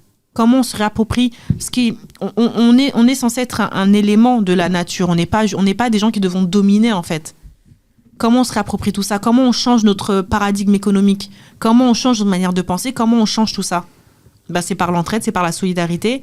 Et je dis pas que ça va tout changer, mais je me dis il faut ouvrir les yeux sur pas mal de choses. Il y a tellement de choses qui se passent. Et comme je te dis, le réseau de prostitution, s'il y en a ici, faut pas croire qu'il n'y en aura pas là-bas. D'Antilles et d'ailleurs, c'est bien pour ça qu'ils se sont installés là-bas et qui font du travail de terrain, qu'ils essaient de sortir les femmes des réseaux prostitutionnels, qu'ils essaient de faire beaucoup de prévention sur la santé sexuelle. Il y a énormément de cas comme ça. C'est aberrant de le dire là comme ça, mais c'est réel. Et pourtant, c'est même pas un combat sur lequel on est, mais on est au courant. Parce qu'on se documente, on regarde, il n'y a pas que notre combat qui compte, on essaie de voir un peu l'écosystème. Et quand tu vois toutes les... Il y a le combat de l'eau, il y a le combat de la vie chère, il y a les combats de respecter nos traditions, la culture, la la pêche, la chasse, on peut même plus faire ça. Parce que les eaux sont poisonnées, les poissons sont empoisonnés, les poissons qu'on mange au bord du littoral, ils sont forcément contaminés par le chlordécone. Donc on le dit, André et moi, avec beaucoup de passion, parce que ça nous a beaucoup marqué, ce combat-là, et la marche a été un moment, vraiment un tournant, où on a beaucoup parlé du chlordécone, mais il y a tellement de choses à dire. Donc nous, à notre échelle, qu'est-ce qu'on peut faire, nous, ici, en tant que diaspora? Parce que énoncer tous les soucis, machin, il y en aura toujours. Il y a des gens qui sont sur les combats, comme j'ai dit, Danty et d'ailleurs travaille sur le combat pour lutter contre la prostitution. La Sopamar, c'est une association qui lutte pour l'écologie, contre le vol des terres. Le collectif des ouvriers agricoles, il lutte pour les ouvriers agricoles et pour les accompagner au mieux. Nous, qu'est-ce qu'on peut faire en tant que diaspora? L'IANAGE, qui est une coalition, eux, pour le coup, c'est vraiment une grosse coalition en Martinique qui travaille qui sont part au procès, justement, qui va arriver le 22 juin, pour lutter contre le chlordécone et pour avoir des indemnisations, des réparations. Nous, maintenant, à notre hauteur ici, étant donné qu'on est ici, on n'est pas là-bas, qu'est-ce que nous, on peut faire en tant que diaspora ici? Eh bien, nous, on a décidé de se positionner sur il faut accueillir les gens. Trouver un moyen d'accueillir les gens de manière digne. Alors, on va en parler. Vous avez lancé votre association. Quelle est-elle, cette association? On voit déjà le logo là. Alors, c'est Rassemblement de soutien, c'est ça? C'est quoi alors Alors, ça, c'est pour un rassemblement qui aura lieu le 20. Mais l'association en elle-même s'appelle TSAVEC, DSAVEC, Diaspora Solidaire, avec les victimes de l'empoisonnement colonial. Et oui, on est tout frais, tout neuf, sorti du four de nos pensées, de nos têtes, pour pouvoir faire en sorte que, justement, il y ait un écho, une visibilité au-delà de nos territoires, parce que ça ne peut pas rester quelque chose, surtout quand l'idée vient d'ici et qu'elle est propagée pour dire que c'est la solution et que nos territoires, en tout cas celles et ceux qui sont sur nos territoires, n'ont que très peu de moyens pour s'opposer, et bien de dire qu'il faut rendre visibles les choses qui se passent dans nos territoires. Donc nous sommes là pour en parler, nous sommes là pour rendre ça beaucoup plus visible et entendable, ne pas laisser d'autres personnes prendre la parole là-dessus, parce qu'ils ont souvent tendance ici, et on le voit dans différents milieux soi-disant militants écolos, dit décolonial soi-disant, que en réalité ils vont venir nous expliquer comment nous devrions nous sentir en tant que femmes ou hommes noirs subissant une discrimination ou autre. Donc il y a toutes ces petites choses là qui sont assez désagréables, des gens qui adoptent l'idée que oui, les tokens, oui, on récupère, oui, c'est nous qui savons, c'est nous qui allons vous expliquer. Eh bien, il faut qu'on y soit pour pouvoir leur expliquer qu'ils se trompent complètement et que c'est pas ça qu'on leur demande. Ils n'ont pas besoin de se grimer pour pouvoir parler de choses qu'ils ne maîtrisent pas, qu'ils ne connaissent pas, parce qu'ils n'ont jamais vécu. Ça, c'est clair. Donc, qu'ils laissent les vraies victimes qui subissent ce genre de choses-là en parler. Et puis, les témoignages seront différents de toutes les façons.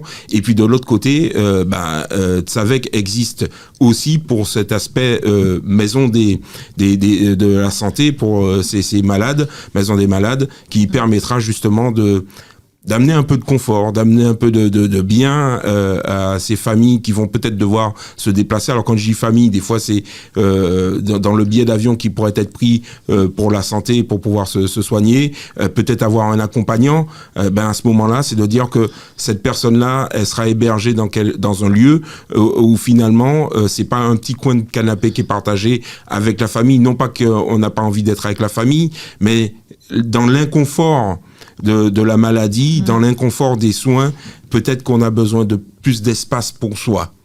Donc il y a besoin de ces lieux-là pour pouvoir faire en sorte que justement ces victimes-là, ces malades-là puissent se soigner apaisés, en tout cas essayer de l'être, et de dire que ça contribue aussi au réconfort et au bien-être, peut-être même à la guérison, sait-on jamais, si cela est possible, mais en tout cas de faire en sorte que on ne se sente pas tout seul et coincé dans quelque chose qu'on ne mesure pas. Alors en gros, vous êtes décidé monter ici en France, hein? Oui. On va monter en caille, disons cacher en caille pour aider les malades de chlordécone. Exactement. C'est quoi alors budget, l'argent qu'a cherché, c'est... Alors, c'est de l'argent, hein, c'est sûr de l'argent, c'est du budget. Mais là, ce qu'on est, pour l'instant, c'est une association. Pour pouvoir monter cette maison, on a un projet de fondation. Et c'est la fondation qui va nous coûter de l'argent. La fondation, il faut mettre 1 million d'euros dedans. pour pouvoir prétendre à une fondation d'utilité publique.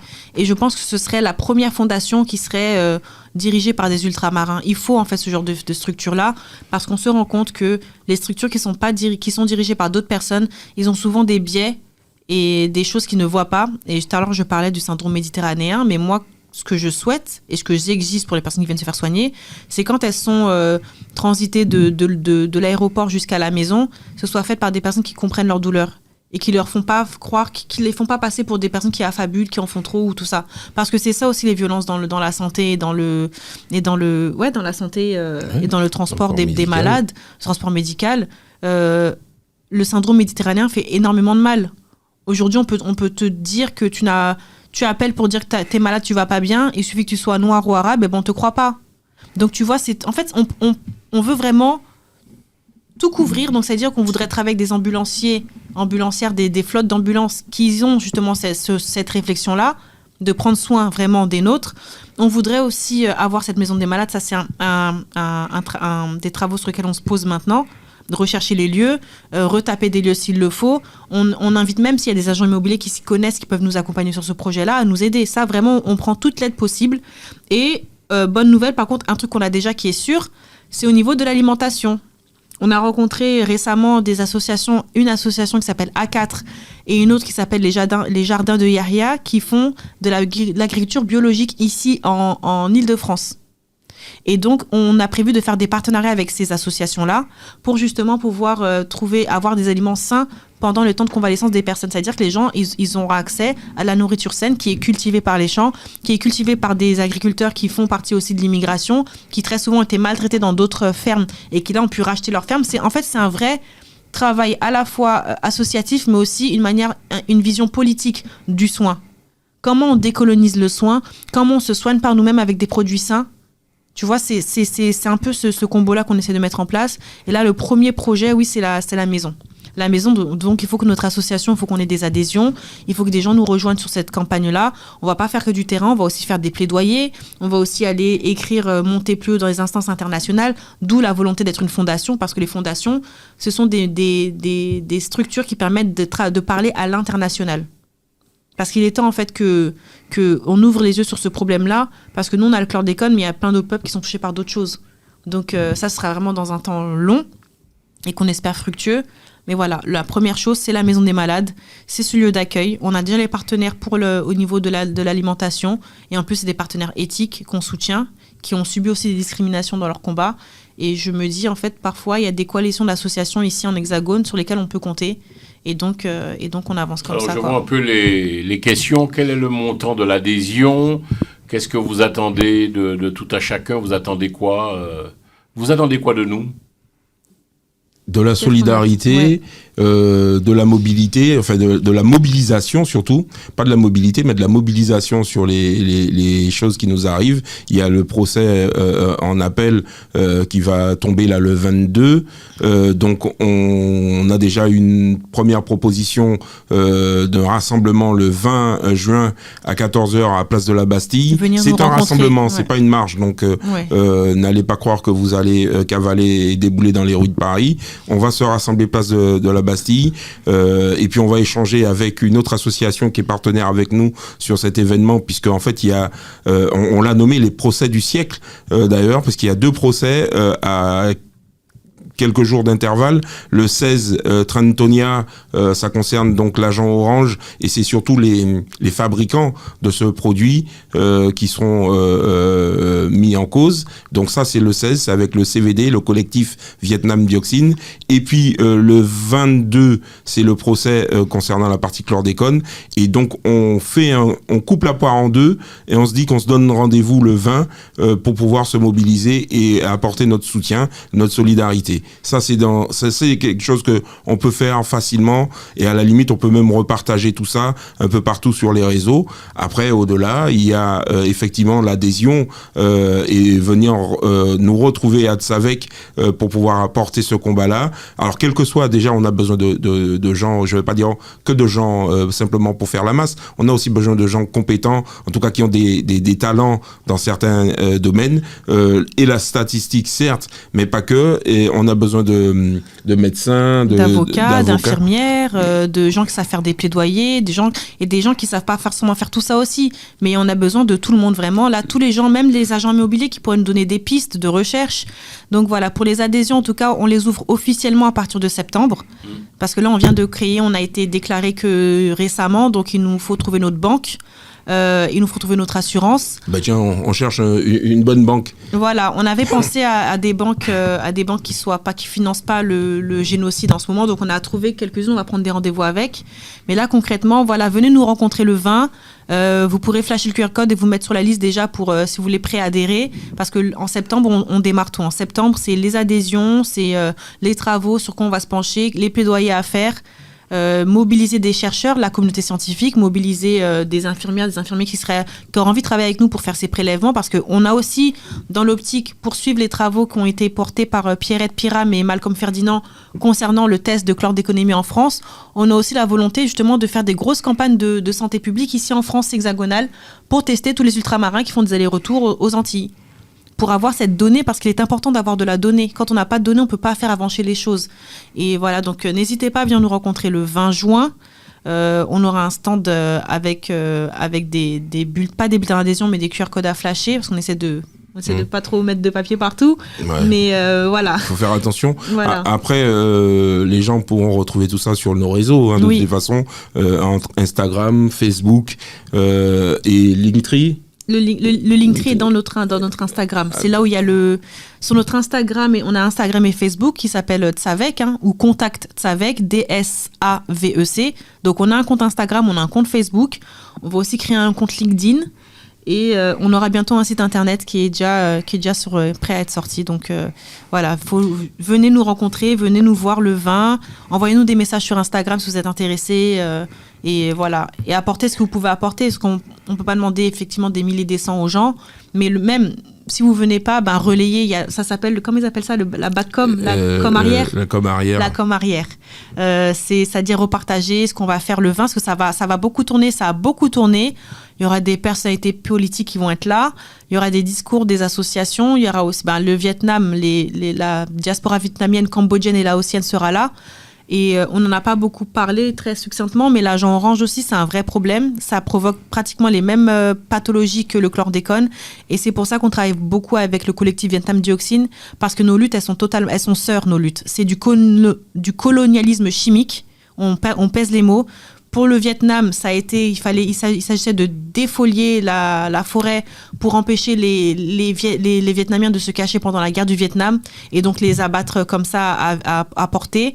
Et pour le chlordécone, ça a été dans un but de manne économique. Donc ça reste toujours une pensée de colonialisme chimique. Et c'est pour ça qu'on travaille autant avec le CVD dans ces actions, et c'est pour ça qu'on mène aussi nos actions avec eux, et que nous, on sera là à leur procès le 16 juin, et eux seront là à notre procès le 22 juin. Et ça, on a toujours fonctionné ensemble, et on veut continuer. C'est pour ça qu'on essaie d'ouvrir au maximum aux gens, et que toutes les diasporas peuvent nous rejoindre aussi.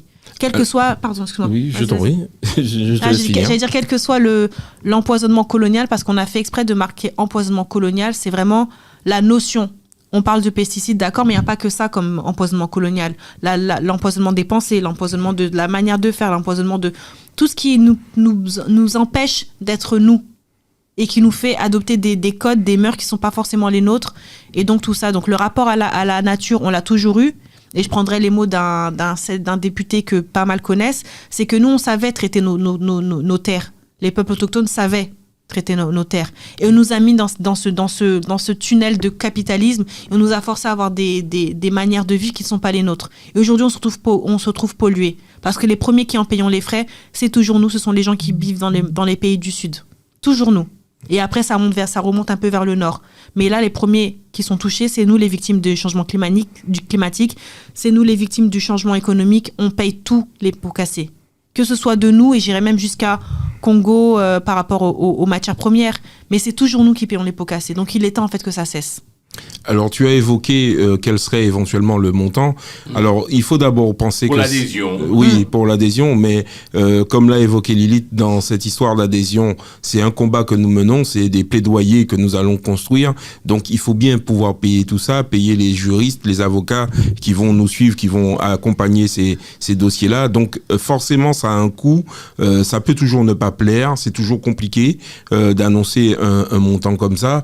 Alors, on était parti sur à peu près le même montant que Ultramarin Debout d'ailleurs, 50 €. Pour l'année. C'est pour l'année. C'est pour l'année. C'est pas tous les mois. Enfin, remarquez, on accepte les dons. Hein, s'il y a des gens qui veulent donner des dons, il y a pas de souci de ce côté-là. Mais l'idée, c'est ça, c'est poser et c'est bien construire pour nous. Donc, c'est pas simplement jeter comme ça.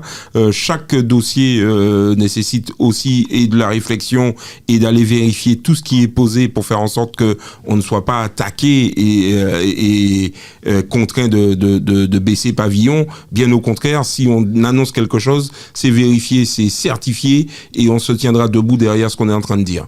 Donc nous, on n'a pas de problème de ce côté-là pour avancer. C'est aussi comme ça que différentes associations, et d'ailleurs Sabrina Cajoli a fait aussi son travail un peu comme ça, en démontrant petit à petit, en mettant les preuves les unes derrière les autres, de manière à opposer cela à l'État qui, de fait, n'a pas eu le choix, mais parce qu'elle a été chercher cette victoire-là concernant la Charte sociale européenne. Donc bravo à elle, certes, mais c'est aussi une voie qu'elle nous montre qu'il y a des choses qui sont possibles et que si on se donne les moyens, si on décide de documenter les choses, de mettre de la donnée là où il est nécessaire d'avoir de la donnée, eh ben ça permet que l'adversaire, en tout cas, ne puisse pas se cacher derrière son petit doigt ou justement derrière nous en disant que c'est de notre faute et qu'on a accepté. C'est trop facile ça, alors qu'on est dans une situation de domination quelque part. Donc c'est trop facile de retourner la chose pour nous dire que vous n'aviez qu'à vous débrouiller autrement. Donc voilà. Ah oui, voilà et je rajouterais aussi dans les soutiens qu'on attend, si vous êtes naturopathe ou sophrologue et que vous y connaissez, je sais qu'il y a beaucoup de gens de la communauté qui travaillent là-dedans, on prend à bras ouverts, bras tendus. Pourquoi ? Parce que c'est une manière de faire de la médecine qui est tirée de et du soin. Effectivement, pardon, pas de la médecine, mais du soin, qui est tiré de nos pratiques ancestrales. Et nous, ce qu'on veut aussi à Tsavek, c'est ramener ça. Alors oui, les gens suivront toujours leur traitement à l'hôpital et il n'est pas question de dire de ne pas le faire. Mais si nous, en tant que communauté, on peut se guérir avec nos soins, notre pharmacopée, toutes ces choses-là, on prend à bras ouverts. Vraiment, le but, c'est du par nous pour nous, parce que sinon, ils ne vont pas le faire. On va pas attendre éperdument que les gens fassent à notre place, que l'État fasse à notre place. Alors, si l'État nous donne des financements, alors on les prendra parce qu'ils nous doivent ces financements, mais c'est pour vous dire qu'on compte par nous-mêmes et sur nous-mêmes et par nous-mêmes. Et j'allais dire un truc, mais j'ai oublié ce que c'était, mais c'était un peu dans ce sens-là. Vous avez le faire. C'est pas un hôpital, d'autres cas, monter. Ah non, pas du tout, c'est pas un hôpital du tout. C'est quoi ? C'est un lieu, vraiment une maison d'accueil, de santé, d'accueil pour voilà. Alors c'est quoi ? C'est un lieu d'accueil ? Un lieu d'accueil où les gens pourront se reposer avant. C'est une maison, donc vous voyez, voilà. La maison, il y a quoi d'autre ? C'est comme, on va dire, un hôtel. Exactement. Tu viens faire un soin thalasso ou autre, mais tu es dans un hôtel pour pouvoir te reposer avant d'aller faire ton soin. Exactement. Là, on permet aux gens, lorsqu'ils vont venir faire leurs soins, de se dire, je peux me reposer après le soin, je me pose, je reprends pied, je reprends souffle, parce que le soin aura sans doute été fatigant, épuisant, et que j'ai besoin de souffler. Donc c'est un endroit où à la limite on peut se décharger de cette charge émotionnelle, de cette charge qui peut être aussi physique, parce que la douleur elle est là et qu'on a besoin de poser un corps.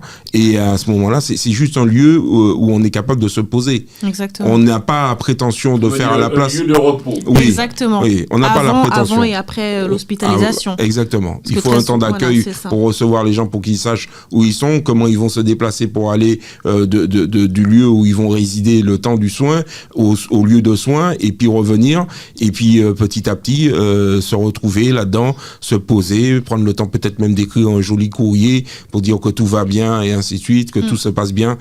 Voilà, on a besoin d'un lieu pour ça et forcément, on fait appel à celles et ceux qui ont la capacité de le faire, d'observer. La première des choses qu'on a à faire de toute façon, c'est d'observer ce qui se passe autour de nous. Si on trouve des endroits où possiblement il peut y avoir une maison qui peut permettre ce genre de choses-là, on a peut-être besoin d'entrepreneurs qui seraient prêts à donner un coup de main pour faire avancer cette question de maison de santé parce qu'ils trouvent que ça a du sens. Il a peut-être vu un membre de sa famille partir malheureusement trop vite et pas avoir le temps de se retrouver, de se dire des choses simples.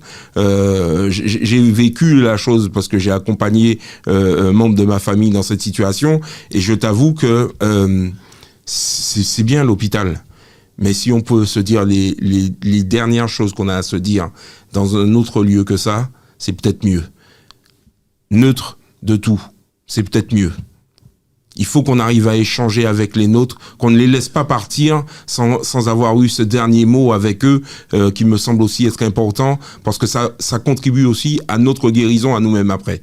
Donc on a besoin de ces moments d'échange. On ne peut pas laisser les nôtres dans une situation où ils n'ont rien demandé, où ils n'ont fait que subir, et puis on se détournerait d'eux de cette manière-là. Non, il faut un lieu pour pouvoir qu'on les accueille, qu'ils se reposent et après qu'ils puissent faire leurs soins et qu'ils repartent sereins en se disant j'ai fait le maximum que j'avais à faire. Aujourd'hui, j'ai été dans un endroit magnifique. On espère peut-être que demain matin, Jean-François, par exemple, nous dira « Écoute, j'ai trouvé un château pour vous.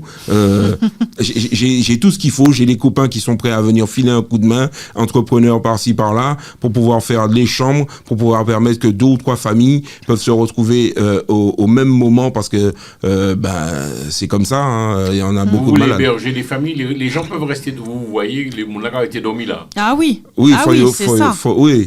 C'est comme si, en fait, on avait un appartement qui serait pour une famille qui vient, une femme qui vient avec ses enfants et son mari. Tu vois, et ben ça, on le voudrait le multiplier. On va pas te demander de quitter chez toi, mais on te propose... Voilà. Mais voilà, c'est le but un peu de cette maison parce que l'environnement et le soutien familial est plus qu'important dans ces cas, dans ces conditions-là. Ça, pour les gens qui comment dirais-je, tout cela pour le chlordécone, c'est-à-dire Pas que. Mais bon, ça commence par là. Ça commence par le chlordécone, oui, mais c'est vrai que, comme on avait dit avec André, avec tous les membres de Tsavek, c'était qu'on accueille tous les ultramarins qui viennent se faire soigner en hexagone. Tous, sans distinction. Donc, c'est peut-être un peu utopique, mais en tout cas, ça commence toujours comme ça, et après, finalement, on réalise ce dont on parle là, ça se matérialise. Donc, la pensée aujourd'hui, c'est on veut ça. On va l'obtenir. Hein. De toute façon, je pense qu'André me connaît déjà assez. Je suis une forte tête. Et quand je veux quelque chose, je fais tout pour l'obtenir. Donc, je veux cette maison des malades. Je veux qu'on puisse accueillir les gens de manière digne. Et je ferai tout mon possible pour que ce soit le cas. Et surtout, c'est ça que je voulais dire, très important. Pourquoi l'adhésion et le soutien des gens ? C'est qu'au sommet Lacou, tu étais là quand il y avait cette révélation.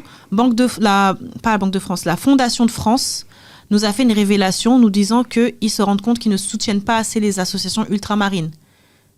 Le nombre d'associations, c'est en pourcentage que ça te compte. Et ils nous ont dit, on est malheureusement au regret de vous annoncer que seulement 0,1% des associations ultramarines sont soutenues financièrement par la Fondation de France. 0,1%, c'est-à-dire que toutes les aides, elles vont aux associations hexagonales, mais seuls 0,1% des associations ultramarines ont du soutien de la Fondation de France. Ce qu'on trouve, c'est aberrant. C'est-à-dire qu'en fait, même là, dans des institutions, on est censé avoir des dossiers pour pouvoir financer nos activités, qu'elles soient culturelles, qu'elles soient de la santé, enfin, peu importe les associations et ce qu'elles défendent, on est toujours à la ramasse derrière. Et c'est pas notre propre fait. Hein. C'est parce que très souvent, les associations ne savent même pas qu'elles ont le droit d'aller demander à la Fondation de France des financements publics pour leur objet. Et donc, nous, comme on est au courant, on ne laissera pas passer 0,1%, ça veut dire quoi ? Enfin, c'est dérisoire par rapport à toutes les autres associations qui sont financées. 0,1% d'associations martiniquaises, d'associations ultramarines sont financées. Donc, c'est pour cette raison qu'on veut faire par nous-mêmes, c'est vrai. Alors, si on peut avoir des aides publiques pour ça, on le fera, on ira toquer à toutes les portes. Et crois-moi qu'on est armé pour aller toquer à toutes les portes. On a des bonnes chaussures, on a bien marché, on sait marcher, on ira toquer à toutes les portes, mais on ne laissera pas ce projet-là rester dans les cartons. Ça, c'est l'objectif qu'on se donne et ça paraît utopique, mais en vrai, je me dis pourquoi ce serait utopique quand nous, on en parle et quand d'autres personnes proposent des idées, ça vient, tu vois. Donc, en vrai, non, je dirais que on pose nos mots, on formule des choses, on met des mots dessus, on espère, mais on y croit, c'est que ça va marcher, qu'on aura cette maison des malades, coûte que coûte. C'est pour nous. Hein. Ouais. Et vous démarrez donc début septembre, hein, vous le dites clairement. Début Vous septembre. êtes déjà, alors l'association, ça y est, elle est déjà en place. L'association est créée. Ouais. On a beaucoup de tables rondes, on fait beaucoup de Il festivals. Savec. Savec. C'est quoi Savec, ça veut dire Diaspora solidaire avec les victimes de l'empoisonnement colonial. On est lancé, donc ça y est. Et puis, oui, comme disait Lilith, il y a des tables rondes. On est conviés un peu partout pour parler de ça. Alors, ça fait partie du retour d'expérience. Et d'ailleurs, Lilith a tout fait de le dire. Et elle t'a remercié pour ça, et je vais m'associer à elle pour son remerciement. D'une, parce que tu es une pierre de cet édifice qui essaye d'être construit, et quel que soit ce que l'on peut penser en disant que on ne se mobilise pas, on n'est pas... Tu fais ta part, en tout cas, tu contribues à hauteur de ce que tu peux, et tu donnes de la visibilité lorsque cela t'est offert de le faire, donc tu le fais de bien belle manière. Donc merci à toi pour ça, Jean-François. Et encore une fois, on le dit, chacun est à même d'apporter quelque chose, même si c'est rediffuser quelque chose, eh ben, il faut le faire, il faut arrêter de se mettre des freins soi-même.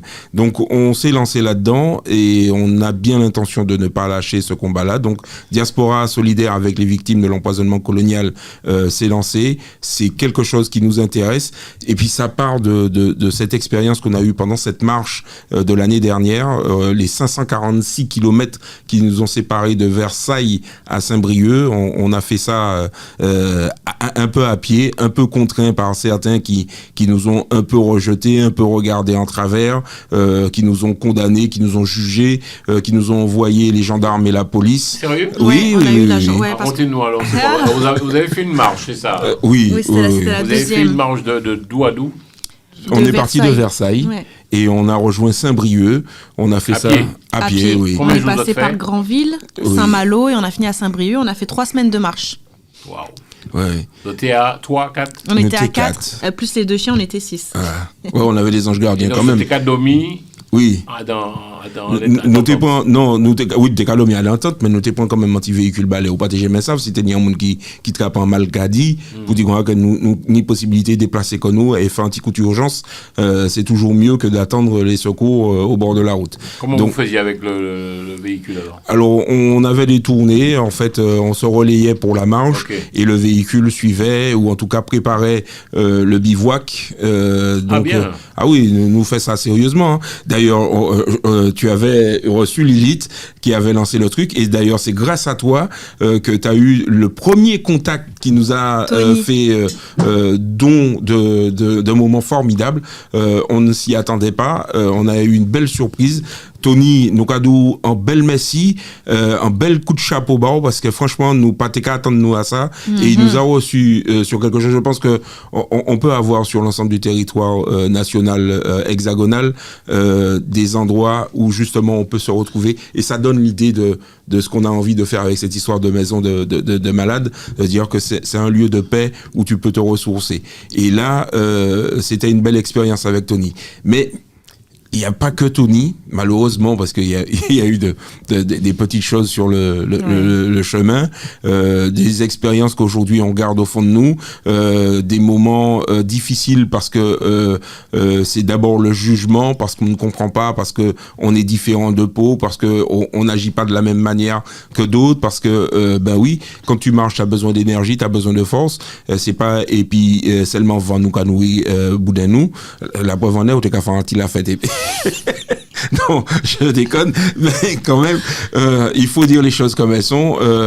On est tombé dans un truc, un festival, les résistantes. Oh là, le mot est tombé, les résistantes. C'était quelque chose. Et donc, on parlait le fait de récupérer des symboles, des grands penseurs, et puis de se les mettre à notre sauce en pensant qu'on a tout fait, or qu'on n'a jamais rien vécu, ni de la colonisation, ni des drames qu'ont vécu toutes ces personnes-là. Mais on revendique que, par exemple, on sera sous la tente Aimé Césaire ou la tante Thomas Sankara. Voilà. On se prétend des coloniaux et en fait dans nos attitudes, enfin pas nous, mais les gens qui nous ont reçus. Ça a été compliqué. C'était un festival écolo, un peu bobo écolo. On nous avait invités à parler. La personne qui nous a invités à parler, par contre, a fait vraiment un travail. Et on le salue pour ça. Vraiment, merci. Ouais. Mais après, ça a été plutôt au niveau de l'organisation. Les gens nous ont reçus vraiment comme des malchiens, quoi. Vraiment. Sérieux? Ah ouais. Mais juste avant ça, on avait fait face à la gendarmerie. Parce que ça, t'as pas dit, tonton. Faut dire, hein. Il faut dire. Qu'est-ce qui passait? Mais alors, on marche avec le drapeau de la Martinique.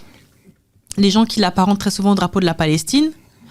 On a été dénoncés marchant avec un drapeau de la Palestine, qu'on était des personnes dangereuses et que sur la route, en train de gesticuler au plein milieu de la route avec notre drapeau, alors que totalement faux, hein, bien évidemment.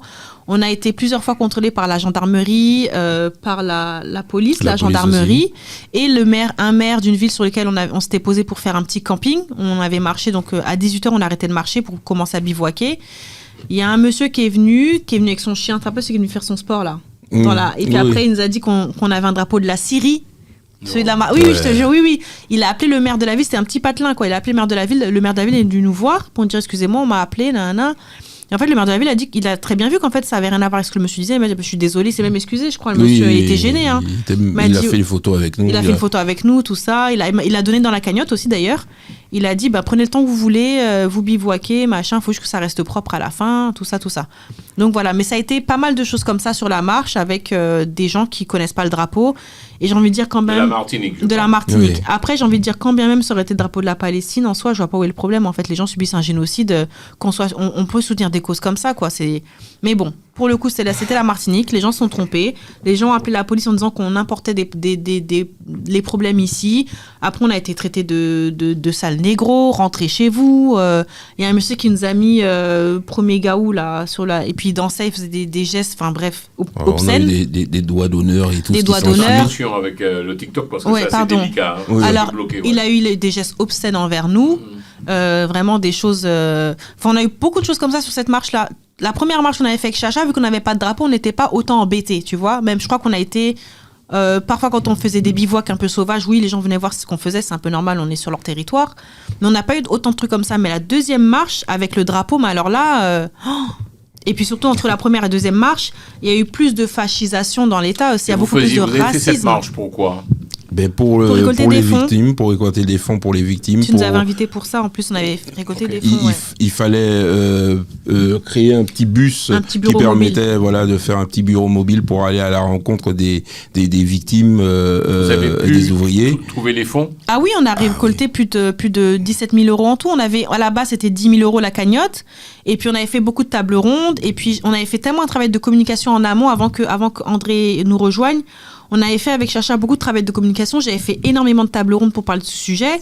Il y avait des influenceurs écolos qui sont très connus, qui nous ont donné de la force aussi, il ne faut pas mentir. Hein. Ils ont fait des vidéos qui ont fait que ça a été buzzé, effectivement. Camille Etienne, je citerai elle, par exemple, qui nous a beaucoup accompagnés. On a eu beaucoup de soutien des soulèvements. Il y a une question. Dites-nous où vous pensez implanter cette maison ? En région parisienne, ça, ce serait évident. le mieux. Mais on n'a pas encore de lieu proprement défini. Alors, je le précise, mesdames et messieurs, vous êtes dans les podcasts, nous avons parlé, nous avons discuté, et puis l'association VEC. SAVEC. Voilà. SAVEC, donc on ne prononce pas le D. Si, SAVEC, mais ça se prononce. C'est pas Zafei, hein, mais... Ça aurait été bien, SAVEC. Et donc vous voulez monter une maison... Des malades. Maison des malades. Oui. Pour aider tout ça qui est malade. Pas pour dire que c'est une maison de fous, hein, mais c'est en tout cas une maison d'accueil pour les malades qui viennent se faire soigner parce qu'ils sont victimes d'empoisonnement et que malheureusement ils sont obligés de quitter le foyer, le territoire, la maison et tout ce qui s'ensuit, la famille, le bien-être qu'il y avait soi-disant. Et ben là il faut venir se faire soigner, on n'a pas le choix, on est obligé de prendre l'avion et venir ici. Donc alors on atterrit dans la maison des malades, on a notre appartement On aura forcément, j'espère qu'on aura pourra mettre des lieux communs, mais il faut que les gens aient aussi être leur appartement, par exemple un appartement avec 2 chambres, 3 chambres, tout ça. Ça, c'est possible si tu trouves un grand... Il y a plein d'endroits qui sont abandonnés aujourd'hui qu'on pourrait réhabiliter, en vrai. Il y en a plein. Il faut les connaître, il faut les trouver, il faut avoir de l'argent pour ça. Et il faut surtout qu'on ait un vrai coup de main, quoi. Une centaine de personnes pour faire ça, plus des gens qui ont envie de participer. On va même essayer de faire en sorte que tout soit déductible d'impôts. Pour que les gens puissent aider, parce que effectivement faire des dons, c'est pas forcément facile dans la France de Macron, faut dire ce qui est, mais si c'est possible, on va faire en sorte que ce soit déductible d'impôts pour que les gens puissent avoir aussi la capacité de nous aider. S'ils peuvent pas venir physiquement, financièrement, ou en parler, ou dire que ça va exister, et puis pousser le sujet, parce que cette maison, elle est vraiment, vraiment importante. Les gens doivent venir avec l'esprit léger, de se dire, bon, mon billet d'avion, grâce à Ultramarin d'Ubud, j'ai pu avoir un billet, machin, tout ça. Maintenant, j'ai juste qu'à poser mes valises dans la maison des malades. J'attends dans la maison des malades le temps que je suis hospitalisée. Je fais mon hospitalisation. Après, je fais ma convalescence dans la maison des malades, tranquillement, et je repars. L'esprit léger, ma famille est avec moi, j'ai pas eu à payer quoi que ce soit parce que cette association et cette fondation en devenir ont pris en charge. C'est ça le but. Alors, il y a 2 choses. Il y a aussi c'est pas une marche. Vous prévoyez quoi? C'est un rassemblement. Ça va se passer où et quand? On peut voir un peu les images. Alors, c'est quoi ce rassemblement? Ça se passe où? Alors, place de la Bastille, le 20 juin à 14h. On vous attend si vous êtes disponible. Si vous pouvez nous accorder une petite heure, vous passez. Même si c'est une petite demi-heure, peu importe. L'idéal, c'est de venir, de montrer que vous êtes aussi solidaire de ce qui se passe, de ce qui se fait. Même si on se dit que c'est pas les victimes, mais si quand on est dans un procès parce qu'on défend des victimes, qu'on est militant et qu'on est condamné et il y a besoin aussi de ce soutien-là. J'ai fait la triste expérience, je te dirais ça comme ça, même si je n'ai pas à les plaindre ces personnes-là, mais je me dis, ça m'embête toujours de voir un membre de notre communauté, de notre diaspora, se retrouver emmené dans un tribunal et de devoir se défendre, et puis de se retrouver tout seul. Même si c'est pour assister à un procès, comme dirait l'autre, et que tu regardes ça de là où t'es, tu te dis, ça doit être dur. L'être humain, il est d'une fragilité extrême. Ça doit être dur. Peu importe la bêtise que tu as pu faire ou pas pu faire, mais on te demande de te justifier. C'est toujours difficile de se mettre à nu. Des fois, il y a des larmes qui viennent. Des fois, on a un peu d'empathie pour ces gens-là. D'autres fois, il faudrait pas du tout en avoir parce qu'on se dit, ils n'ont pas fait grand-chose d'extraordinaire, mais moi, je me suis retrouvé dans cette situation où ça m'a touché, ça m'a fait mal. Et je me dis, si c'est un militant qui est systématiquement malmené par le système, il est content de voir des regards, des personnes qui, je ne vais pas dire le ressemblent, mais sont de sa communauté pour avoir ce soutien-là, cette aide-là, une aide psychologique qui est importante. Donc, ce rassemblement qui aura lieu plutôt le 20 à Place de la Bastille, c'est aussi en soutien à ce procès en appel. Alors, même s'il n'y a pas à attendre grand-chose de ces gens-là, mais c'est de dire que nous, on ne lâche pas et on soutient les nôtres parce que le combat qu'ils ont porté, il était juste à ce moment-là. Alors, c'est comme pour l'histoire de l'esclave romain.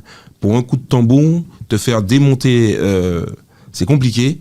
Donc, il y a besoin de soutien, il y a besoin de soutenir les familles dans ces conditions-là, pour dire que même si on ne porte pas le même nom, mais on est du même territoire, de la même île, donc finalement la famille, elle est là, et on est présent autour de toi pour faire en sorte que ce moment, même s'il est difficile, tu ne le passes jamais seul. Tu ne le passes jamais seul. Tu vas toujours croiser un regard pour essayer de te donner la force pour pouvoir supporter ce qui va t'arriver comme charge qu'on va t'imposer. Donc voilà aussi ça. Et puis derrière, il découle le combat de Tsavek avec cette maison des malades. Donc premier rendez-vous qu'on se donne avec l'ensemble de la diaspora. On vous espère nombreuses et nombreux. Place de la Bastille, le 20 juin à 14h. et puis on va essayer de passer un petit moment où vous allez découvrir un peu ce qui se passe autour de ce que c'est que le chlordécone, ce que c'est que l'agent orange, finalement voir que ces combats-là, ou en tout cas ces empoisonnements-là, ils répondent du même schéma, de la même problématique, cet empoisonnement chimique colonial qui nous est imposé. Eh ben voilà, on va partager ça, vous allez découvrir que, parce que moi je l'ai découvert cet été, lors de la marche, lorsque j'ai entendu toutes ces jeunes femmes venir nous expliquer ce que c'était leur territoire et ce qu'il y avait de terrible et de commun finalement. Pour l'agent orange, tu parles, précise. Il y a l'agent orange, on a vu avec l'Algérie, avec les essais nucléaires, nos territoires, tous les territoires en fait finalement où il a fallu pour certains, pour un côté juste lucratif ou en tout cas capital, il fallait récupérer quelque chose, ils ont usé de la même méthode. Et ils sont un peu feignants de ce côté-là pour ne jamais rien innover, donc finalement on retrouve les mêmes schémas. Donc on se dit, on découvre quelque chose, un pan d'histoire qu'on ne connaît pas. Tous ceux qui ont vécu le colonialisme, finalement, devraient au moins, ne serait-ce qu'une fois, enfin quand je dis on a vécu, d'une certaine manière, si on le vit encore aujourd'hui. Mais c'est à moindre mesure, on met toujours de la distance, mais ne serait-ce que de connaître son histoire. On sait d'où l'on sort pour le coup, et on sait comment on va vouloir avancer, comment on va vouloir faire changer les choses. Donc il faut venir. Qu'est-ce serait votre mot de la fin? On va boucler l'émission, ça fait déjà inédit nous va parler. On peut vous souhaiter quoi? Et votre mot de la fin serait qu'on va commencer par André. Donc André Bazin, qui est message et puis si nous pouvons aussi trapper un numéro de téléphone. Alors, de réussir, ce serait bien, déjà, avec tout le monde, avec toute la diaspora, avec toute la mobilisation qu'il est nécessaire d'avoir pour nous soutenir entre nous et de permettre que Tzavek puisse accomplir son destin quelque part, qui serait effectivement d'être un lieu où les malades pourraient se retrouver, en tout cas pourrait permettre que ce lieu existe et prenne corps demain matin. Donc, on peut nous joindre au 06 60 55 96 44, 06 60 55 96 44. Dans un premier temps, le numéro risque de changer fort probablement, mais déjà vous avez déjà celui-là. Et puis il y a Instagram, il y a les réseaux, il y a Facebook, et d'ici quelques temps, sans doute, vous aurez droit à un site internet qui va bien détailler l'ensemble de ce que fait Tzavek. Sait-on jamais. En tout cas, si vous êtes intéressé, venez jusqu'à nous, apportez votre contribution. Ça aussi, ça va aider une association comme la nôtre. Il va nous numéro de téléphone là encore parce qu'il y a le moment également des numéros. Est-ce qu'on peut plutôt donner l'Instagram, pas que tu sois trop spammé par. Vous voulez, vous faites ce que vous voulez. On donne l'Instagram. Ouais, l'Instagram aussi. Alors, tu peux donner ton numéro et l'Instagram, comme tu veux. Alors, mon numéro à moi, c'est celui-là que je vous ai donné pour le moment, c'est le 06 60 55 96 44. Je répète, le 06 60 55 96 44. Attention, mon maï. Quand ils ont ça. Ok, vous avez le droit de m'appeler, mais pas à n'importe quelle heure, pas de n'importe quelle condition non plus, parce que chacun a droit à une vie privée, donc faut moi recharger batterie, surtout les finit par les pigeons François, nous pas aller en pile, et ça belle, donc oui, et ça c'est beau, c'est vraiment beau. Tu nous permets ça, donc c'est magnifique. Et puis l'Instagram c'est contact.tzavek, DSAVEC, vous avez ça sur Instagram et vous nous retrouvez facilement, il n'y a pas de souci, vous allez voir. Abonnez-vous, on attend, voilà. Abonnez-vous, vraiment, ça nous aiderait beaucoup d'avoir des abonnés sur la page.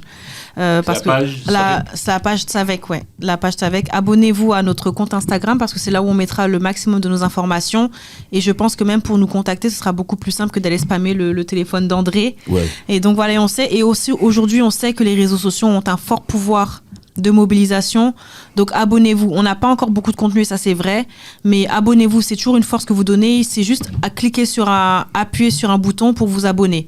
Donc ça c'est vraiment le premier soutien que vous pouvez nous apporter, c'est de vous abonner au compte de Tzavek et éventuellement on pourra voir ce qu'on fait après, mais la grande rentrée c'est en septembre, les adhésions seront ouvertes à partir de septembre, mais en attendant abonnez-vous, vous pourrez relayer les infos, vous pourrez relayer On est d'ailleurs le 13 juin, on sera avec Histoire Crépue sur un festival qui s'organise à Paris. Ça attend déjà sur les réseaux sociaux. Pour ceux qui connaissent Someboy d'Histoire Crépue, on a invité Tsavek avec le CVD à avoir un stand dans leur village associatif. On m'a dit qu'il faut créer TikTok parce que je lis un peu Oui. ce qui se passe. Ça va Est-ce que, venir. alors, vous êtes sur Insta qu'Insta Insta et Facebook, on n'est pas encore sur TikTok parce que pour TikTok, en fait, il faudrait qu'on produise du contenu très souvent et on produit pas assez de contenu pour aller sur TikTok.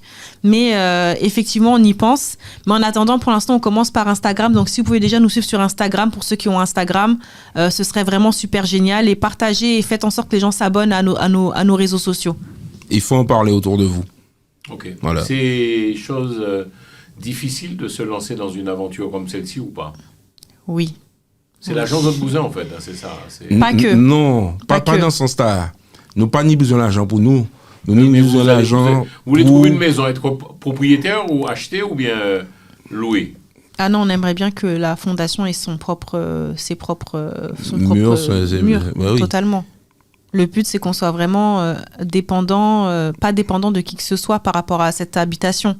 Parce qu'admettant qu'on est dans la location, au bout d'un moment, s'il se passe quoi que ce soit, on n'aura plus de lieu d'accueil, quoi. Le truc, c'est que ça nous appartienne et que ce soit un peu comme Il faut pérenniser la chose. le relais des Outre-mer, quoi. Faut que ces lieux-là deviennent un relais où les gens se disent « Ah, je sais que j'ai un pied à terre là. » On parle de SCI, Voilà.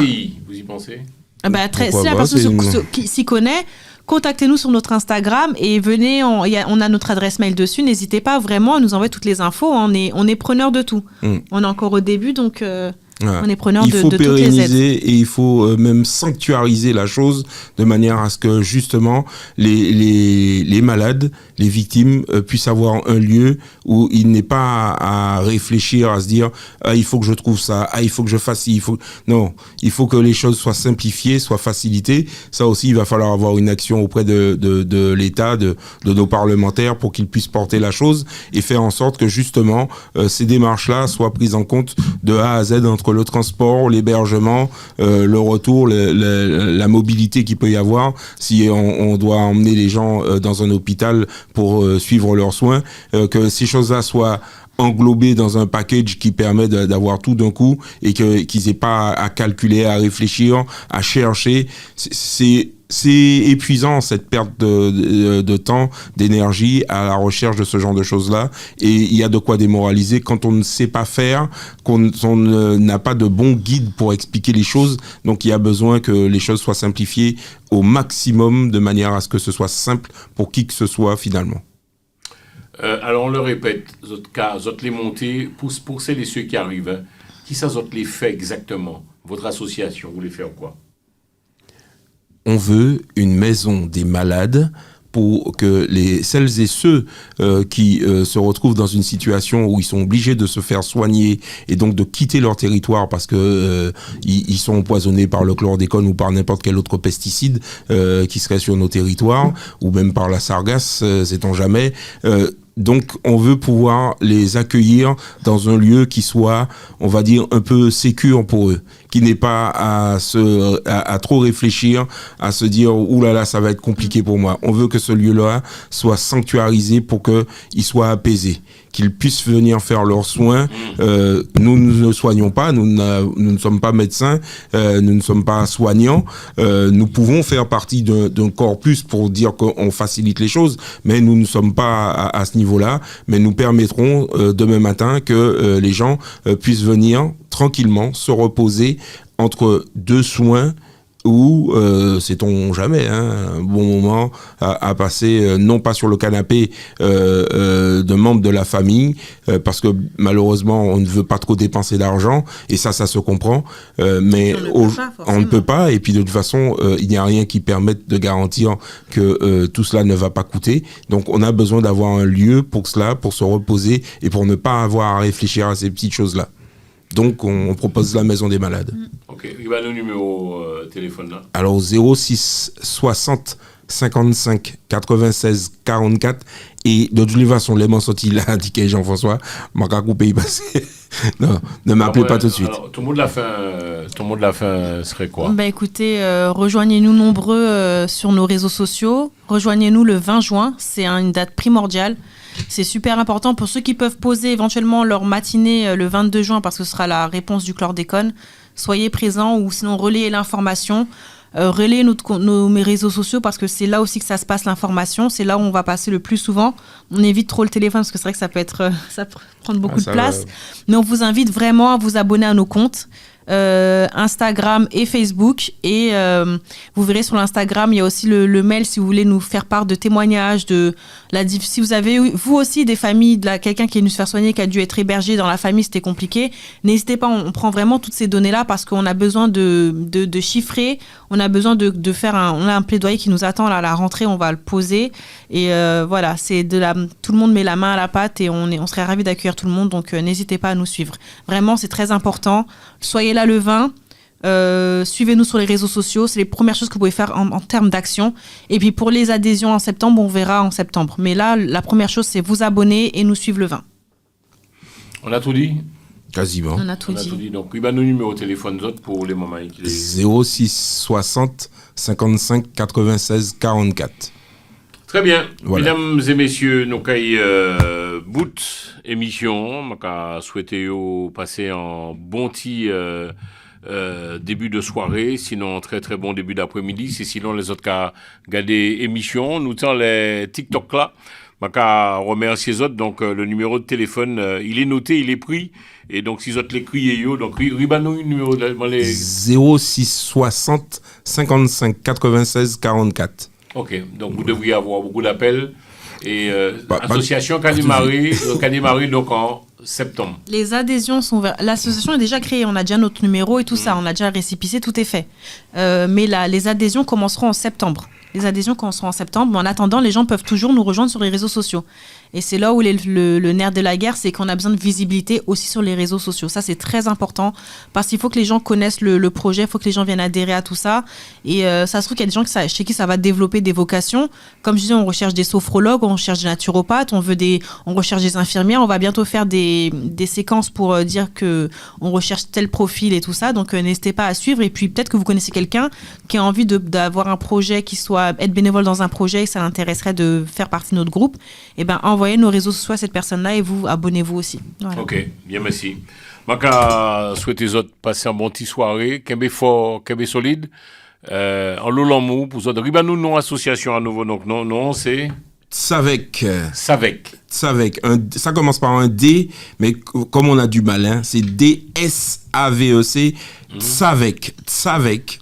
Avec ça, on a la diaspora solidaire avec les victimes de l'empoisonnement colonial. Voilà, Savec. Ok, Savec, tu as dit. Ok, oui. Merci en pile. Tu es bien, et puis je casse tous autres témoins là en l'eau lamou. Et vous êtes sur les réseaux, parce que je vois un peu le chat, il y a beaucoup de messages. Vous êtes sur Instagram et Facebook. Okay. Donc n'hésitez pas à vous abonner. J'attends, avec Tonton, on a le compte Insta, on attend de voir si ça bouge. Pour l'instant, ça bouge pas. Mais on attend d'avoir les nouveaux abonnements. On serait ravis d'avoir des nouveaux abonnements. Et voilà. Donc, on attend. Savec, hein. Ouais. Donc, pour aller sur Instagram, on clique sur Savec. Exactement. Contact normalement, la première fois qu'on va taper dessus. Voilà. Et sinon, vous allez le voir facilement apparaître. C'est ça, c'est nous. Pour ceux qui voient, fond ça, noir. Ça bouge pas. Quand vous demandez, là, encore là. Où est ça? Peut-être pas bouger. Ok, on le voit là, pardon. Caméra 2. Ok, on le voit là. On le voit à l'antenne, c'est ça. Voilà. Donc partagez, n'hésitez pas. Oui. Je vous le montre, mesdames et messieurs. Est-ce que tu t'as acheté le dernier portable? Non, voici ça c'est. Voici la... Le travail. C'est du travail. Oh là là, j'ai fait une bêtise. Attends, non, t'as mis dans le noir. C'est ça? Oui, c'est ça. Donc n'hésitez pas à vous abonner, à suivre la page Facebook et Instagram. Et c'est là où on mettra l'essentiel de nos informations concernant l'avancée, nos travaux, nos prises de position aussi. Et on essaiera de documenter au maximum ce qu'on fait. Ça, c'est le but, c'est qu'on soit vraiment, vraiment transparent sur tout ce qu'on fait et que vous puissiez construire avec nous ce projet-là parce qu'en fait, c'est un projet qui nous touche tous. La santé, c'est primordial. Nos corps on a le droit en fait d'être en bonne santé. On a trop vécu de choses horribles. L'esclavage, on a subi ça. La colonisation, on a subi ça. Au bout d'un moment, on doit aussi avoir du respect pour nous-mêmes et on en a. Et donc c'est avec ça qu'on essaie de rapporter cette dignité et ce respect parce que être malade pour que des gens s'enrichissent avec de la banane, c'est monstrueux. Vraiment, c'est ça devrait nous faire tilt avec l'histoire que nos ancêtres ont connue, nos ancêtres qui ont été mis en esclavage. C'est la même chose. C'est juste une prolongation avec des différents fers. Mais la volonté coloniale est toujours là. Et comment nous, en tant que diaspora ici, on peut combattre ça et comment on peut faire pour apporter notre soutien. Parce qu'on n'est pas sur place, mais on a des moyens de faire des choses ici. Donc voilà, c'est très important pour nous. Savec. Ça ira. Merci en pile. Il faut nous décocher. À très bientôt, mesdames et messieurs. Nous t'es auteurs les Télé Antilles. À bientôt, on vous aime. Au revoir. Merci à tous. Télé Antilles, Jean-François Saint-Louis, le radio show.